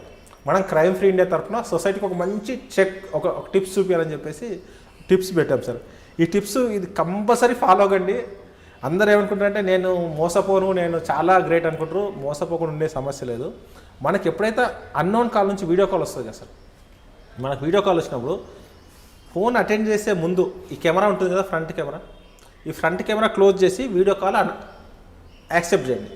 మీ ఫేస్ రికార్డ్ కాదు, అక్కడ ఏముందో కనపడుతుంది. ఇన్ కేస్ హనీ ట్రాప్ ఉన్న అక్యూజ్డ్ అనుకోండి, అక్కడ అమ్మాయి న్యూడ్గా కనిపిస్తుంది, కానీ మీరు కనపడినంతసేపు వాటిని బ్లాక్మెయిల్ చేయాలి. కెమెరా క్లోజ్ చేసి కెమెరా క్లోజ్ చేసి ఫోన్ అటెండ్ చేయండి. అన్నోన్ కాల్ కాదు, ప్రతి కాల్. అందరూ ఏంటంటే అన్నోన్ కాల్ చేస్తే సరిపోతుంది కదా, నోన్ కాల్స్కి ఎందుకు ప్రాబ్లం అనుకుంటారు. స్కూపింగ్ అనేది ఒకటి ఉంటుంది సార్. దాంట్లో ఏంటంటే మీ పేరుతో నాకు కాల్ వస్తుంది, మీరు కాదు నాకు చేసేది. మీ నెంబర్ నుంచి నాకు కాల్ వస్తే నేను ఏమనుకుంటాను, మీరే కావచ్చు అని నేను క్యాజువల్గా అటెండ్ చేస్తాను. అంటే అది స్కూప్ కాలా లేకపోతే ఫేక్ కాల్ అని తెలియదు. చాలామందికి మన నెంబర్ నుంచి మనకే కాల్ వస్తుంది కొన్ని సందర్భాలు. ఇది మనకు తెలియదు కాబట్టి ఎందుకు సింపుల్, మన క్లోజ్ ఫ్రెండ్ అయినా ఒక 2 సెకండ్లు కదా, క్లోజ్ చేసి మళ్ళీ ఓపెన్ చేయండి. ఎవరు తప్పు ఫోన్ వచ్చినప్పుడు కెమెరా క్లోజ్ చేసి వీడియో కాల్ వచ్చినప్పుడు మాత్రమే వీడియో కాల్ ఆన్ చేసి ఒకసారి మాట్లాడి మనోడు అనుకుంటే ఫింగర్ తీసేయండి, 2 సెకండ్స్లో తీసేయండి సరిపోద్ది. Right, simple. అసలు మీరు ఎన్నో ప్రాబ్లమ్స్ సాల్వ్ చేస్తారు. లక్షల రూపాయలు కాపాడుతుంది. మీ మానసిక టెన్షన్ నుంచి బయటపడతాం. ఎంత పెద్ద సమస్య అది, ఎవరికి చెప్పుకోలేము. ఎవరు చెప్పుకుంటే ఏమనుకుంటారో. నిజంగా మీరు ఎందాలుగా మంచివాడు అనుకుంటే ఎవరు నమ్మడు సార్, చెడ్డోడు అనడానికి అందరు నమ్ముతారు. నేను మంచివాడు అంటే ఎవరు నమ్మడు, ఏమో చేసి ఉంటాడు, వీడియో కాల్ అయినా సొంగగారిచి ఉంటాడు అనుకుంటాడు. అసలు ఎవరు కూడా నేను మంచివాడు అంటే నమ్మడు. ఇట్లా జరుగుతుందని చెప్పేసి ఇది ఫ్రంట్ కెమెరా క్లోజ్ చేయండి. రైట్. ఒకవేళ మీరు ఏదో బిజీలో ఉన్నారు, ఏదో ఈ టిప్ మర్చిపోయారు, బెల్లగా అనుకోకుండా అటెండ్ చేశారు, అక్కడ నుంచి అమ్మాయి మాట్లాడింది, మీరు అమ్మాయి బ్లాక్మెయిల్ చేయడానికి ఫస్ట్ చేయాల్సింది ఏంటంటే, ఒకళ్ళు మ్యారీడ్ పర్సన్ అయితే నీ వైఫ్కి చెప్పి సబ్జెక్ట్, ఇట్లా నాకు ఇట్లా వీడియో కాల్ వచ్చింది, ఇదేదో అనుకోకుండా ఇట్లా వచ్చింది, ఇట్లా నాకు ఏదో బ్లాక్మెయిల్ చేస్తున్నావు అని చెప్పి మీ వైఫ్, మీ ఇంట్లో పేరెంట్స్, మీ క్లోజ్ వాళ్ళకి చెప్పేస్తే మీకు సగం రిలీఫ్ అయిపోతారు. ఏదైనా ఫస్ట్ మీ ఫ్యామిలీ బయట వాడని కూడా మీ ఫ్యామిలీని నువ్వు ముందు కన్విన్స్ చేయగలిగితే సరిపోతుంది. ముందే నువ్వు చెప్పిన ఒక ఫస్ట్ మెసేజ్ రాగానే చూపించింది ఇట్లా బ్లాక్మెయిల్ చేస్తున్నాడు అని చెప్తే మీ ఇంట్లో వాళ్ళు అర్థం చేసుకుంటారు ఏంటంటే మా ఆయన తెలియకుండా అందులో ఇరుక్కున్నాడు, ప్రాబ్లమ్ సాల్వ్, నువ్వు ఏం చేసుకుంటావు చేసుకో. అయినా వాడు అక్కడిక్కడ లింకులు షేర్ చేసిననుకో, స్టేటస్ పెట్టేసి వాట్సాప్లో, ఈరోజు ఇట్లా హనీ ట్రాప్లో నాకు ఒకడు బ్లాక్మెయిల్ చేస్తున్నాడు, నా మార్ఫ్ చేసి నా వీడియోస్, సో ఎవరు రెస్పాండ్ కాకండి. 3 టిప్స్ ఫాలో అయితే నీకు ప్రాబ్లం లేదు. వాడు ఏం చేసుకోలేడు సార్, మీ వీడియో ఉన్నా వాడు ఏం చేసుకోలేడు. మీ వీడియో మిమ్మల్ని భయపెట్టేయడం తప్ప ఇంకెవరికి పనికిరాదు. మీరు రెస్పాండ్ కాకుండా మీరు స్టేటస్ పెట్టడానికి, ఈ స్టేటస్ వాడు కూడా చూస్తాడు కదా, అరే ఇటు భయపడతలేడు, వేస్ట్ రా పెడితే వదిలేస్తాడు. వాడు ఒక 10 రోజులు ట్రై చేస్తాడు బ్లాక్మెయిల్ చేయడానికి. ఏ రోజు ₹1 ఇచ్చినా వాడు నెక్స్ట్ నుంచి స్టార్ట్ చేస్తాడు. అంటే వాడు యూట్యూబ్లో అప్లోడ్ చేయడానికి ఏమాత్రం అవకాశం ఛాన్సే లేదు. ఎందుకంటే యూట్యూబ్లో సార్ వాళ్ళకి గైడ్ లైన్స్ ఉన్నాయి. అబ్సీన్ కంటెంట్స్ ఎట్టి బస్లో యాక్సెస్ కాదు. మనం అప్లోడ్ చేస్తున్నప్పుడే దాంట్లో చెక్ ఉంటుంది, అది ఓకే అనుకున్నప్పుడు మాత్రం ఇది పోస్ట్ అవుతుంది, అదర్వైజ్ కాదు. ఎందుకంటే నీకు ఎక్కడ ఈ న్యూడిటీ అనేది కొన్ని వెబ్సైట్లలో ఉంటుంది తప్ప రెగ్యులర్ సోషల్ మీడియా ప్లాట్ఫామ్స్లో ఉండదు. కాబట్టి అట్లా భయపడకుండా ఇన్స్టాగ్రామ్ కానీ ఎక్కడ ఛాన్స్ ఉంటుంది. అంటే లింక్స్కి చేయడానికి ఛాన్స్ ఉంటుంది, ఆ లింక్స్ రూపంలో చేయడానికి ఉంటుంది తప్ప డైరెక్ట్ వీడియో పోస్ట్ చేయడానికి స్కోప్ ఉండదు. సో మనం భయపడాల్సిన అవసరం లేదు. ఈ విషయాలు చెప్పినామనుకోండి, సైబర్ క్రైమ్స్లో చాలామంది ఏమనుకుంటారంటే నేను కంప్లైంట్ ఇస్తే నువ్వెందుకు పోయినావు అని అంటారు అనుకుంటారు. నువ్వు కాదు, ఎవరైనా పోతారు అక్కడ, ఇరుక్కుంటారు. అది నువ్వు నేరాలకి గురైనవు, నువ్వు నేరస్తుడివి కాదు. కంప్లైంట్ చేయడానికి కూడా పబ్లిక్ అదే భయపడుతుంటారు. అరే నేను చెప్తే నువ్వెందుకు పోయినావు నన్ను తిడతారేమో అట్లా అనుకో చాలామందికి రారు. కానీ అలా అవసరం లేకుండా మీరు వచ్చేస్తే సేవ్ అవుతారు సార్. హనీ ట్రాప్ నుంచి ఒక టిప్ ఇచ్చారు, ఇంకా చాలా ఉన్నాయి కదా. ఇంకోటిసారి కస్టమర్ కేర్ సంబంధించింది. ఈ మధ్య ఏంటంటే లాక్డౌన్లో ప్రతి ఒక్కరూ స్మార్ట్ ఫోన్కి అలవాటు, అంటే అన్ని ఆన్లైన్లోనే బుక్ చేయడం. ఆన్లైన్ అనేది లాక్డౌన్లో ఎంత గ్రోత్ అంటే అంత గ్రోత్ వచ్చింది. ప్రతి ఒక్కరు స్మార్ట్ ఫోన్ వాడడం స్టార్ట్ అయ్యింది. ఏదైనా చిన్న ప్రాబ్లం రాగానే కస్టమర్ కేర్ కావాలి. మనం వాడిని కన్ఫర్మ్ చేసుకుంటే కస్టమర్ కేర్ కావాలి. సింపుల్గా మనం ఏం చేస్తాం, కస్టమర్ కేర్. మీరు జనరల్గా మీకు కస్టమర్ కేర్ కావాలనుకుంటే సార్ ఏం చేస్తారు? ఫర్ ఎగ్జాంపుల్ ఒక శాంసంగ్ సంబంధించి ఒక ఐటమ్ కొన్నారు, ప్రాబ్లం వస్తుంది, మీరు ఏం చేస్తారు? గూగుల్లోకి వెళ్తాం, customer care Samsung customer care అని కొడతాం. సింపుల్గా మీరు శాంసంగ్ కస్టమర్ కేర్ కొట్టగానే మీకు కొన్ని నెంబర్స్ డిస్ప్లే అయితే ఆ నెంబర్ అక్యూర్దే వస్తుంది, సైబర్ అఫెండర్స్దే వస్తుంది. వాళ్ళు ఏం చేస్తారంటే గూగుల్ యాడ్సెన్స్లో వాళ్ళు డబ్బులు పే చేసి కస్టమర్ కేర్ నెంబర్ అనేది వాళ్ళది పాపప్ అయ్యేటట్టు ప్లాన్ చేస్తారు. ఎందుకంటే గూగుల్ వాడికి ఒక ప్రైవేట్ ఆర్గనైజేషన్, ఎవరు డబ్బులు ఇస్తే వాడిని అడ్వర్టైజ్మెంట్ చేస్తారు, అక్కడ వస్తాయి. దానివల్ల ఏంటంటే దాన్ని కాల్ చేయగానే వాళ్ళు నిజంగానే శాంసంగ్ కస్టమర్ కేర్ లాగా మాట్లాడి మీది ఎంత అప్డేట్ చేస్తాం సార్, మీకు ఒక లింక్ పంపిస్తాము, మీ తరఫున మేము చేసిస్తాము, చేసినందుకు మీకు ఒక 10 రూపీస్ సర్వీస్ ఛార్జ్ చేస్తాము అని చెప్పేసి వాళ్ళు రిమోట్ యాప్స్ పంపిస్తారు లింక్. ఎనీ డెస్క్ కానీ టీమ్ వ్యూవర్ పంపించేసి మిమ్మల్ని యాక్సెస్ చేసుకోండి. ఓకే. ఆ 10 రూపీస్ వాళ్ళు ఏం చెప్తారంటే 10 రూపీస్ కానీ 100 రూపీస్ కానీ ఏదైనా మీరు debit card or credit card తోటే పే చేయాలని చెప్తారు. అప్పుడు మనం డెబిట్ కార్డ్ నెంబర్ అవన్నీ ఎంటర్ చేస్తున్నప్పుడు సేమ్ ఫోన్ వాడి దగ్గర కూడా కనిపిస్తుంది కదా, టీమ్ వ్యూవర్లో వాడు అన్నీ నోట్ చేసుకుంటాడు. మీ credit card number, CVV code, date of expiry అవన్నీ రాసుకుంటాడు. మీరు ఆల్రెడీ టీమ్ వ్యూవర్ ఇచ్చారు కాబట్టి మీకు వచ్చే ఓటీపీ వాడికి కూడా వస్తుంది. అవును. మీరు ఇట్లా రాయగానే మీ కార్డు మీద మొత్తం లాగేస్తారు. అంటే ఎప్పుడు కానీ మనము కస్టమర్ కేర్ నెంబర్ కోసం దీంట్లో వెతకద్దు.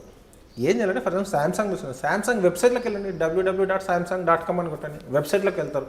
వెబ్సైట్లోకి వెళ్ళిన అక్కడ కస్టమర్ కేర్ నెంబర్ కొడితే ఎగ్జాక్ట్ నెంబర్ వస్తుంది. అట్లా డైరెక్ట్ కస్టమర్ కేర్ నెంబర్ కొడుతుంటే ఆడికే పోతుంది, సైబర్ అఫెండర్కే పోతుంది, డబ్బులు పోతారు. ఎనీ ఇంటర్మీడియట్ యాప్స్ ఏదున్నా ఫస్ట్ కన్ఫర్మ్ చేసుకోవాల్సింది ఏంటంటే ఆ వెబ్సైట్లోకి వెళ్ళాలి, కంపెనీ వెబ్సైట్లోకి వెళ్తేనే మీకు కస్టమర్ కేర్ నెంబర్ ఉంటుంది. జనరల్లీ కస్టమర్ కేర్ నెంబర్స్ కూడా ఏంటంటే 12 డిజిట్స్ 16 డిజిట్స్ ఉంటాయి, 1800-265 అట్లా ఉంటాయి. కానీ ఈ వీళ్ళంతా మొబైల్ నెంబర్ ఉంటుంది డైరెక్ట్. ఇంకోటి కస్టమర్ కేర్ కాల్ చేయగానే మనం ఏ నెంబర్కి చేసినా 1 నొక్కండి, ఇంగ్లీష్ కోసం 2 నొక్కండి, చాలా లైన్ తీసుకున్నాక మనకు కనెక్ట్ అవుతుంది. కానీ ఈ సైబర్ అఫెండర్స్ మీరు ఇమీడియట్లీ కనెక్ట్ అయిపోతుంది. అండ్ వాడు ఏమంటాడు, ఫస్ట్ కాల్ చేయండి, మళ్ళీ మీకు కాల్ బ్యాక్ చేస్తాను చెప్పి వాడు మళ్ళీ కాల్ చేస్తాడు, అంత ప్రిపేర్ చేసుకొని కాల్ చేస్తాడు. కస్టమర్ కేర్ వాడు ఎవ్వడు కాల్ బ్యాక్ చేయడు, ఏ కస్టమర్ కేర్ కూడా కాల్ బ్యాక్ చేయదు. నీకు అవసరం నువ్వు కాల్ చేయాల్సిందే, మాట్లాడాల్సిందే. ఇవి చిన్న చిన్న గుర్తు చేసుకుంటే మనం సేవ్ కావడానికి ఆస్కారం. ఓకే. కస్టమర్ కేర్, హానీ ట్యాప్ చెప్పారు, ఇంకా మేజర్ ఇంకేముంది? ఇంకా సార్ ఈ మధ్య ఎక్కువ జరుగుతుందంటే ఈ ఇంటర్మీడియట్ యాప్స్ ఉన్నాయి. ఇంటర్మీడియట్ యాప్స్ అంటే ఒకప్పుడు ఈ మనకు కంపెనీకి కస్టమర్కి మధ్యలో ఎవరు మీడియేటర్ ఉండకుండా డైరెక్ట్ వీళ్ళకు టైప్ చేస్తే మీకు ప్రైస్ తగ్గుతున్న కాన్సెప్ట్లో ఈ నో బ్రోకర్, ఈ జస్ట్ డైల్ కానీ ఈ రకరకాల యాప్స్ వచ్చినాయి. వాళ్ళు ఏం చేస్తారంటే జస్ట్ ఫెసిలిటేట్ చేస్తారు, కస్టమర్కి కంపెనీ వాళ్ళకి చేస్తారు. దానికోసం ఈ నో బ్రోకరేజ్, ఓఎల్ఎక్స్ ఇలాంటివి వచ్చేసినాయి. దీంట్లో ఏం చేస్తారంటే ఓఎల్ఎక్స్ ఫ్రాడ్స్, ఓఎల్ఎక్స్ కానీ ఇవన్నీ దీంట్లో 3 రకాల స్టేజెస్ ఉన్నాయి సార్. ఫస్ట్ ఉండేదంటే ఓఎల్ఎక్స్లో ఒక బైక్ పోస్ట్ చేస్తారు, మనం కొందాం అనుకుంటాం, డబ్బులు పంపించినాక వాడు రెస్పాండ్ కాదు. ఇది ఓల్డ్ స్టైల్. తర్వాత ఏం చేశారు, ఆర్మీ ఆఫీసర్స్ అని చెప్పేసి నాకు ట్రాన్స్ఫర్ అయింది, నేను వేరే స్టేట్కి వెళ్తున్నాను, నేను అమ్మేస్తున్నా అంటే ఆర్మీ ఆఫీసర్స్ బుల్లెట్స్ కొంచెం డిఫరెంట్గా ఉంటాయి. అందరికి ఒక ఉంటారు, అరే నేను వాడుకోవాలని చెప్పేసి వాళ్ళకి డబ్బులు పంపించడం, తర్వాత వాడు ఫోన్ స్విచ్ ఆఫ్ చేస్తాడు. ఇట్లా జరిగేది. ఇప్పుడు థర్డ్ స్టేజ్కి వచ్చింది. నువ్వు కొనడం కాదు, నా దగ్గర ఒక బైక్ ఉంది అనుకోండి, నా దగ్గర ఒక పల్సర్ బైక్ ఉంది, నాకు ఇంకో కార్ కొన్నాను, ఏదో కారణం నా పల్సర్ బైక్ అమ్మేయాలి, నేను గూగుల్ ఓఎల్ఎక్స్లో పెడతాను నా బైక్ అమ్ముతున్నాను ఇంత ప్రైస్ అని. ఇమీడియట్లీ వాడు సైబర్ అఫెండర్ కాల్ చేస్తాడు, సార్ నాకు విల్లింగ్ ఉంది, బైక్ కొంటాను, సార్ మీ బైక్ ఎంత సార్, నేను 50,000 అని చెప్పాను. సార్ 50,000 అంటే ఎక్కువ సార్, నేను 45,000 కొంటాను సార్ అంటాడు. ఇంకా మనం కూడా ఏమనుకుంటాము, పెట్టగానే కాల్ వచ్చింది కాబట్టి ఏ చేస్తే అయిపోతుంది, దాన్ని ఊకే చూసుకుంటాం, దాని పార్కింగ్ ప్లేస్ వేస్ట్ అమ్మేది అనుకుని ఓకే చెప్తాం. వాడు అప్పుడు ఏమంటారు, సార్ నేను అవుట్ ఆఫ్ స్టేషన్లో ఉన్నాను, నేను రావడానికి ఒక 3 డేస్ పడుతుంది, 3 డేస్ పడుతుంది కాబట్టి 3 డేస్ తర్వాత వచ్చి తీసుకుంటా అని చెప్తాను. నువ్వేమంటావు, 3 డేస్ దాకా నేనేందుకు అవుతావు, ఎవడొస్తే వాడికి అమ్మేస్తాను, నువ్వు డబ్బులు ఇస్తేనే నువ్వు కొన్నట్లు కదా అంటావు. వాడు లేదు సార్ నేను డబ్బులు మీకు పంపించేస్తాను, కానీ డెలివరీ అప్పుడు తీసుకుంటా అంటే మన మైండ్లో ఎంత ఉంటుంది, డబ్బులు వస్తున్నాయి వాడు వస్తే రాని, లేకపోతే లేదు, బైక్ నా దగ్గర ఉందని చెప్పేసి ఓకే అని చెప్తాను. సార్ మీ అకౌంట్ పంపిస్తాను, కరెక్ట్ అమౌంట్ పంపించాలి కాబట్టి మీరు నాకు ఒక 10 రూపీస్ నాకు పంపేయండి సార్, అదే అకౌంట్ నేను రిఫండ్ చేస్తాను, మిస్టేక్ కాకుండా ఉంటుందని చెప్తారు. వాడు 10 రూపీస్ పంపించగానే మనం పంపించగానే వాడు క్యూఆర్ కోడ్లో 45,000 మనకు పంపిస్తాడు క్యూఆర్ కోడ్. సార్ ఆ క్యూఆర్ కోడ్ క్లిక్ చేయండి మీకు అమౌంట్ వస్తుందని చెప్తాడు. ఆ క్యూఆర్ కోడ్ క్లిక్ చేయగానే నీ అకౌంట్ నుంచి 45,000 వాడికి వెళ్తుంది. వాడికి వెళ్ళగానే నీకు అంటే మన అకౌంట్ డబ్బులు ఉంటే లేకుంటే పోదు, మన అకౌంట్ ఉంటుంది. జనరల్గా అయితే మనకి ఉంటుంది కదా సార్, మినిమం అకౌంట్ అయితే మెయింటైన్ చేస్తారు, ఆ అమౌంట్ ఆడికి వెళ్ళిపోతుంది. వెళ్ళిపోయిన తర్వాత వాడు మళ్ళీ మనం ఫోన్ చేయాలి, ఏంది నా డబ్బులు కట్ అయినా, ఏంటంటే అరే ఇదేదో మిస్టేక్ జరిగింది సార్, మీ డబ్బులు నాకు వచ్చినాయి, నేను పంపాల్సింది మిస్టేక్ సార్, 45 + 45 పంపిస్తున్నా సార్, మళ్ళీ సేమ్ పంపిస్తాడు 90. మనం 90 ఏమో మన కొట్టేస్తాం, 45 పోయింది 90. అంటే మీకు 45,000 అని చెప్తున్నాను, 5,000 కూడా చేస్తారు వాడు, కూర్చున్న తర్వాత కొట్టడమే కదా. అట్లా మన వీలైన కాడే డబ్బులు లాగేస్తుంటారు. తర్వాత చూస్తే ఏంటంటే వాడు అఫెండర్, చీటర్. ఎప్పుడైనా ఆడియన్స్ చెప్పేది ఏంటంటే, మనకు క్యూఆర్ కోడ్ ఉందంటే మనం డబ్బులు పంపించడానికి, మనకు రావడానికి క్యూఆర్ కోడ్ అనేది ఉండదు. క్యూఆర్ కోడ్ క్లిక్ చేస్తున్నావు అంటే నువ్వు వాటి డబ్బులు పంపిస్తాడు. మనం ఒక షాప్కి వెళ్తాం సార్, ఒక 100 రూపీస్ ఒక వస్తువు కనుక క్యూఆర్ కోడ్ క్లిక్ చేస్తే మన డబ్బులు వాడికి వెళ్తాయి, వాడి డబ్బులు మనకు రావు. అంటే క్యూఆర్ కోడ్ అనేది మనం పంపడానికే తప్ప మనకు రావడానికి కాదు. ఈ చిన్న లాజిక్ మర్చిపోయి కొడుతున్నాం. ఇంకోటి దాంట్లో పే2 అని ఉంటుంది, పే2 45,000 ఉంటుంది. అది ఏం చదవం మనం పే అంటుంది రిసీవ్ కదా, పే అంటున్నాం ఏదో చూడం, సెండ్ 2 రూపీస్ అని ఉంటుంది. కొంచెం కూడా అంటే అందరూ హైలీ ఎడ్యుకేటెడ్. సెండ్ టు అన్నప్పుడు కనీసం ఆలోచించకుండా సెండ్ అంటుండేంది, రిసీవ్ కదా, సెండ్ అంటుంది ఆలోచన కొట్టేస్తారు, డబ్బులు పోగొట్టుకుంటారు. అంటే ఇందులో టిప్స్ ఏంటి? దీంట్లో టిప్స్ ఏంటంటే మనం ఎప్పుడు క్యూఆర్ కోడ్ అనేది మనం డబ్బులు పంపడానికి, మనం తీసుకోవడానికి కాదు. ఇంకోటి నువ్వు వెహికల్ పెట్టినప్పుడు అమ్మడానికి పెట్టినప్పుడు నీకు వాడు కొనుక్కోవాలంటే వాడు వచ్చి తీసుకెళ్ళాలి, వచ్చిన రోజే డబ్బులు తీసుకోవడం తప్ప ఇంకోటి లేదు. అందరూ ఏం బైక్లే అనుకుంటారు. మన ఇల్లు ఉందనుకోండి సార్, రెంట్ కోసం పెడితే కూడా నేను మీ ఆఫీస్ రెంట్ తీసుకుంటాను, ఎంత అమౌంట్, సేమ్ ఇదే ప్రొసీజర్. మళ్ళీ మనం ఏముంటాము, రెంట్ కోవిడ్ వల్ల చాలా టూలెట్ బోర్డ్స్ కనిపిస్తుంది, చాలా కనిపిస్తుంది. అందరూ ఊర్లోకి వెళ్ళిపోయారు, వర్క్ ఫ్రమ్ హోమ్ నడుస్తుంది. రెంట్ కూడా అన్నది వస్తే అమ్మ దొరికింది అనే పరిస్థితులు ఉన్నారు. దానికోసం యాప్స్లో పెడుతున్నారు, యాప్స్లో పెట్టగానే అడుగు దోచేస్తున్నాడు. మొన్న ఒక రిటైర్డ్ ఎంప్లాయీ వచ్చింది, ఆవిడ ఇప్పుడు వర్కింగ్ ఎంప్లాయీ, వాళ్ళ పాప రీసెంట్గా మ్యారేజ్ చేశారు. ఆ పాప వాళ్ళకి ఫర్నిచర్ కొనడానికి 2 లక్షల రూపాయలు పెట్టుకుంది. ఆ ఇల్లు రెంట్కి ఇస్తాను నో బ్రోకర్లో పెడితే సేమ్ ఇట్లా జరిగింది. వాడు ఎంత అడ్వాన్స్గా ఉందంటే ఈమె డబ్బులన్నీ అయిపోయినాయి, మనకు అర్థమైపోయింది ఇంకా మీతో రావట్లేదు. అంటే మీరు అన్నట్లు ఇందాక అంత డబ్బులు ఉండాలి కదా మన అకౌంట్లో. అమ్మ మీ అకౌంట్కి ఏదో ప్రాబ్లం ఉన్నట్టుంది, వేరే అకౌంట్ ఇవ్వండి.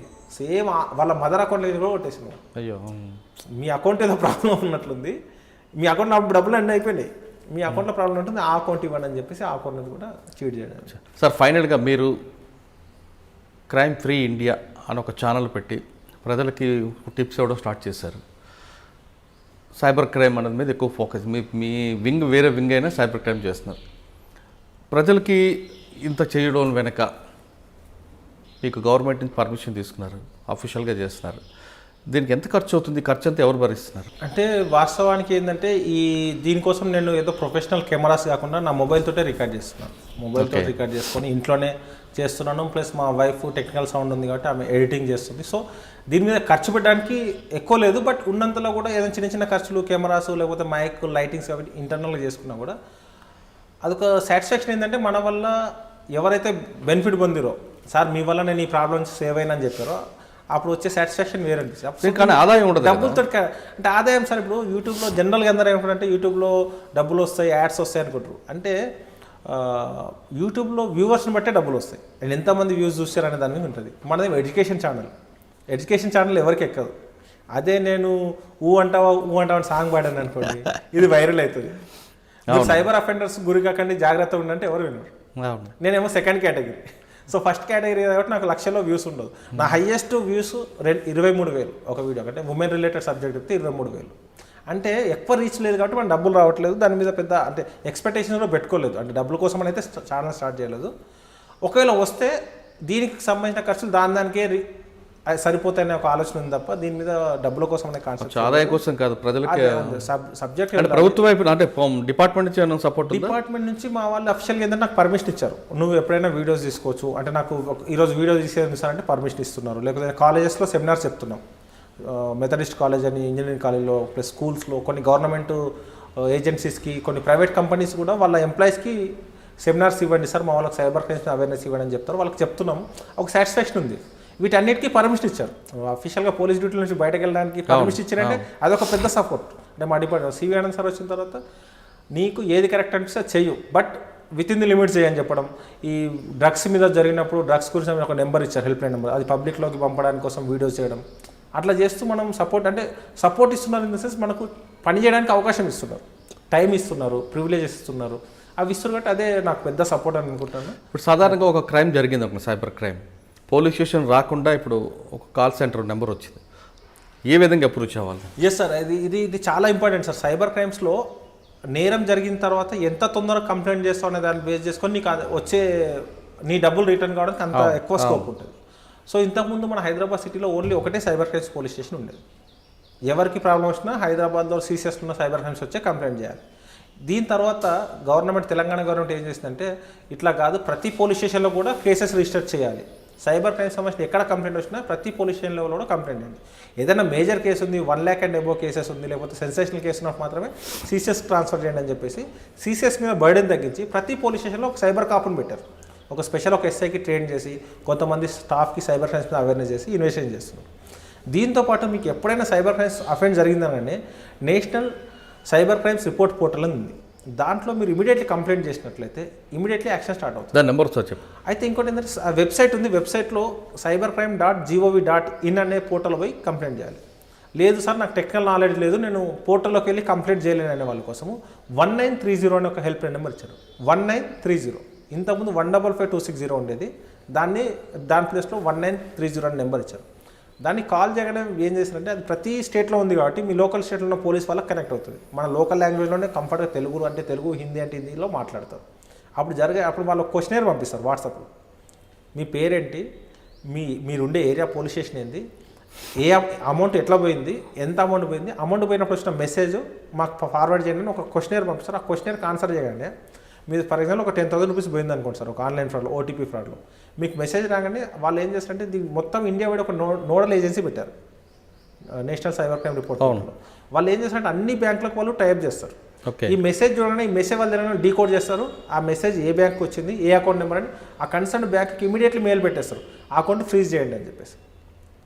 ఫ్రీజ్ చేయండి అని చెప్పడంతో పాటు ఫ్రీజ్ చేసినట్లు మీకు ఎవరైతే కంప్లైంట్ బాధితులు మీకు మెసేజ్ వస్తుంది, మీ కంప్లైంట్ రేజ్ అయింది, మీ అక్నాలజ్మెంట్ ఇది, మీది పలానా పోలీస్ స్టేషన్ మీ కేసు డైరెక్ట్ చేసినాము, ఆ పోలీస్ స్టేషన్లో ఈ కన్సర్న్ ఆఫీసర్ మీ కేసు టేకప్ చేస్తారని ఫోన్ నెంబర్ కూడా ఇస్తారు.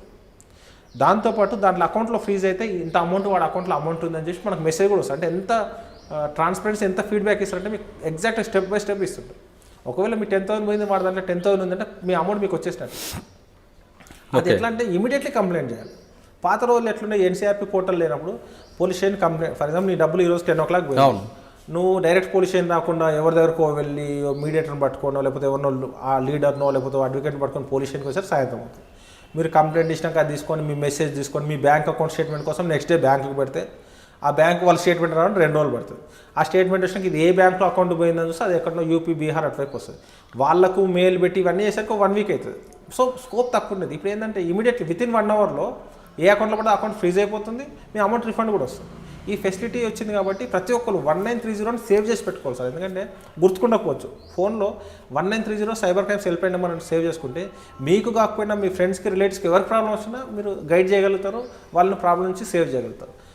దీనికంటే 1930 ఒకటి ఇంపార్టెంట్, మీరు అవేర్నెస్ పెట్టుకోవాలి. మనం ఎక్కడ మోసపోతున్నాం, మనం వాళ్ళు వేసే వాళ్ళలో చిక్కుతున్నామా లేదా.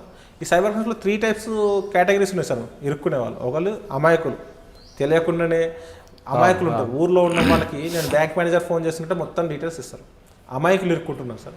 తర్వాత అత్యాశ పరులు, గ్రీడీ. నీకు లాటరీ పగిలిందంటే నువ్వు లాటరీ టికెట్ కొన్నప్పుడు నీకు లాటరీ ఎట్లా పగులుతుంది, ఎంత గుడ్డిగా నమ్మేసి లాటరీ పగిలింది, ప్రాసెసింగ్ ఫీజు కట్టండి, షిప్పింగ్ ఛార్జెస్ కట్టండి, డబ్బులు కడతా ఉంటాం. ఇది 2వ రకం. 3వ రకం ఏంటంటే వాళ్ళకి అత్యుత్సాహం ఉంటుంది, తెలుసుకోవాలని కోరిక ఉంటుంది.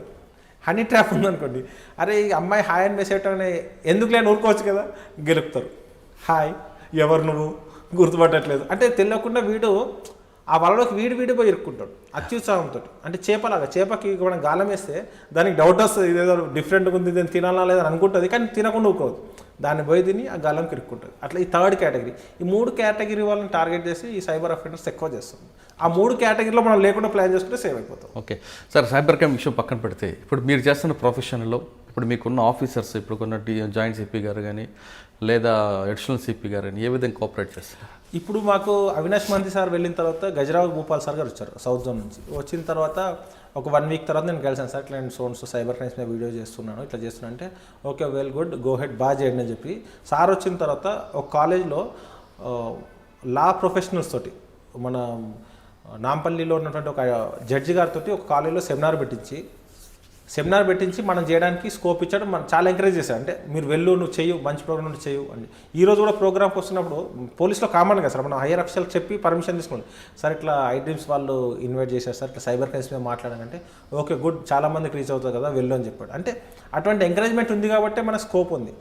ఇంకా వేరే వాళ్ళు కూడా అంటే నేనని కాదు, ఇంకెవరైనా ఇంట్రెస్ట్ ఉండి అంటే మనం సొసైటీకి ఏదైనా మనం సోషల్ మీడియా ద్వారా తెలుపుదాం అనుకున్న వాళ్ళు ఎవరైనా కూడా, పోలీస్ ఆఫీసర్స్ అనే కాదు, వేరే డిపార్ట్మెంట్లో ఉన్న వాళ్ళు, రెవెన్యూ డిపార్ట్మెంట్లో రెవెన్యూ చట్టాల గురించి వాళ్ళు పబ్లిక్లోకి చెప్తే పబ్లిక్ తెలుస్తుంది. కొత్త అంటే ప్రతి డిపార్ట్మెంట్లో ప్రతి ప్రొఫెషన్ ఉన్న వాళ్ళు వాళ్ళ కరెక్ట్ అనిపించింది చెప్తే బాగుంటుంది. ఒక టీచర్ ఉన్నాడు, ఆ టీచర్ ఎక్స్పర్ట్, ఆయన టీచర్ క్లాస్లో మాత్రమే క్లాస్ చెప్పగలరు, క్లాస్లో 100 మంది ఉంటారు, కానీ ఆయన ఇంకా నాలెడ్జ్ ఉన్న ఒక వీడియో తీసి పబ్లిక్లో షేర్ చేయండి, ఏదో మామూలుగా ఉన్న స్టూడెంట్ బెనిఫిట్ అవుతారు కదా సార్. మన ప్రొఫెషన్ని కొంచెం పక్క జరిగి చేస్తే చాలా చాలా అద్భుతమైన రిజల్ట్స్ వస్తాయి సార్. కొంచెం పక్క జరిగి దాన్ని కొంచెం ఎక్స్ట్రాడినరీగా చేస్తే చాలా రిజల్ట్. ఒక టీచర్ సార్ ఆయన ఒక వీడియో తీసి పబ్లిక్లో పెట్టండి, ఒక ఎక్స్పెరిమెంట్ గురించి చెప్పండి, ఎంతమంది స్టూడెంట్స్ బెనిఫిట్ అవుతారు. కరెక్ట్. అట్లా ప్రతి ప్రొఫెషన్ వాళ్ళకి నచ్చింది వాళ్ళ టైంలో చిన్న వీడియో. సోషల్ మీడియా చాలా ఈజీ అయిపోయింది సార్. యూట్యూబ్ అనేది ₹1 ఖర్చు పెట్టకుండా యూట్యూబ్ ఛానల్ స్టార్ట్ చేయొచ్చు, మన మొబైల్తో రికార్డ్ చేయొచ్చు, అప్లోడ్ చేయొచ్చు, ఎంతమందికి బెనిఫిట్ అవుతుంది. అది ఒక అప్పీల్ ఏంటంటే ఎవరు మీకు తోసిన విధంగా ఇది సొసైటీకి అవసరం అనుకున్నప్పుడు నాకెందుకులే అనుకోకుండా కొంచెం ఒక స్టెప్ ముందుకేస్తే సొసైటీకి యూజ్ అవుతుంది సార్ కంపల్సరీగా. సైబర్ క్రైమ్ రాబోయే కాలంలో బాగా వినిపించారు. సైబర్ క్రైమ్ అరికట్టాలంటే కేవలం పోలీసులే కాదు, మొత్తం ప్రజలందరూ బాధ్యత తీసుకోవాలంటున్నారు మల్లేష్ గారు. కేవలం పోలీసుల మీదే కాకుండా ప్రతి ప్రొఫెషన్లో ఉన్న వ్యక్తి సైబర్ క్రైమ్ గురించి చిన్న వీడియో చేసి అప్లోడ్ చేస్తే అది చూసిన చాలామంది జాగ్రత్త పడతారని చెప్తున్నారు. ముఖ్యంగా ఇందులో పడేవాళ్ళు అమాయకత్వం లేదా అత్యాశ లేదా అత్యుత్సాహం, ఈ 3 వర్గాల వారు ఖచ్చితంగా దానికి దూరంగా ఉంటే సైబర్ క్రైమ్ బారిన పడకుండా ఉండాలంటున్నారు మల్లేష్ గారు. ఇది ఈ వారం మల్లేష్ గారితో ఎక్స్క్లూజివ్ ఇంటర్వ్యూ. వచ్చే వారం మరొక గెస్ట్తో మళ్ళీ కలుద్దాం.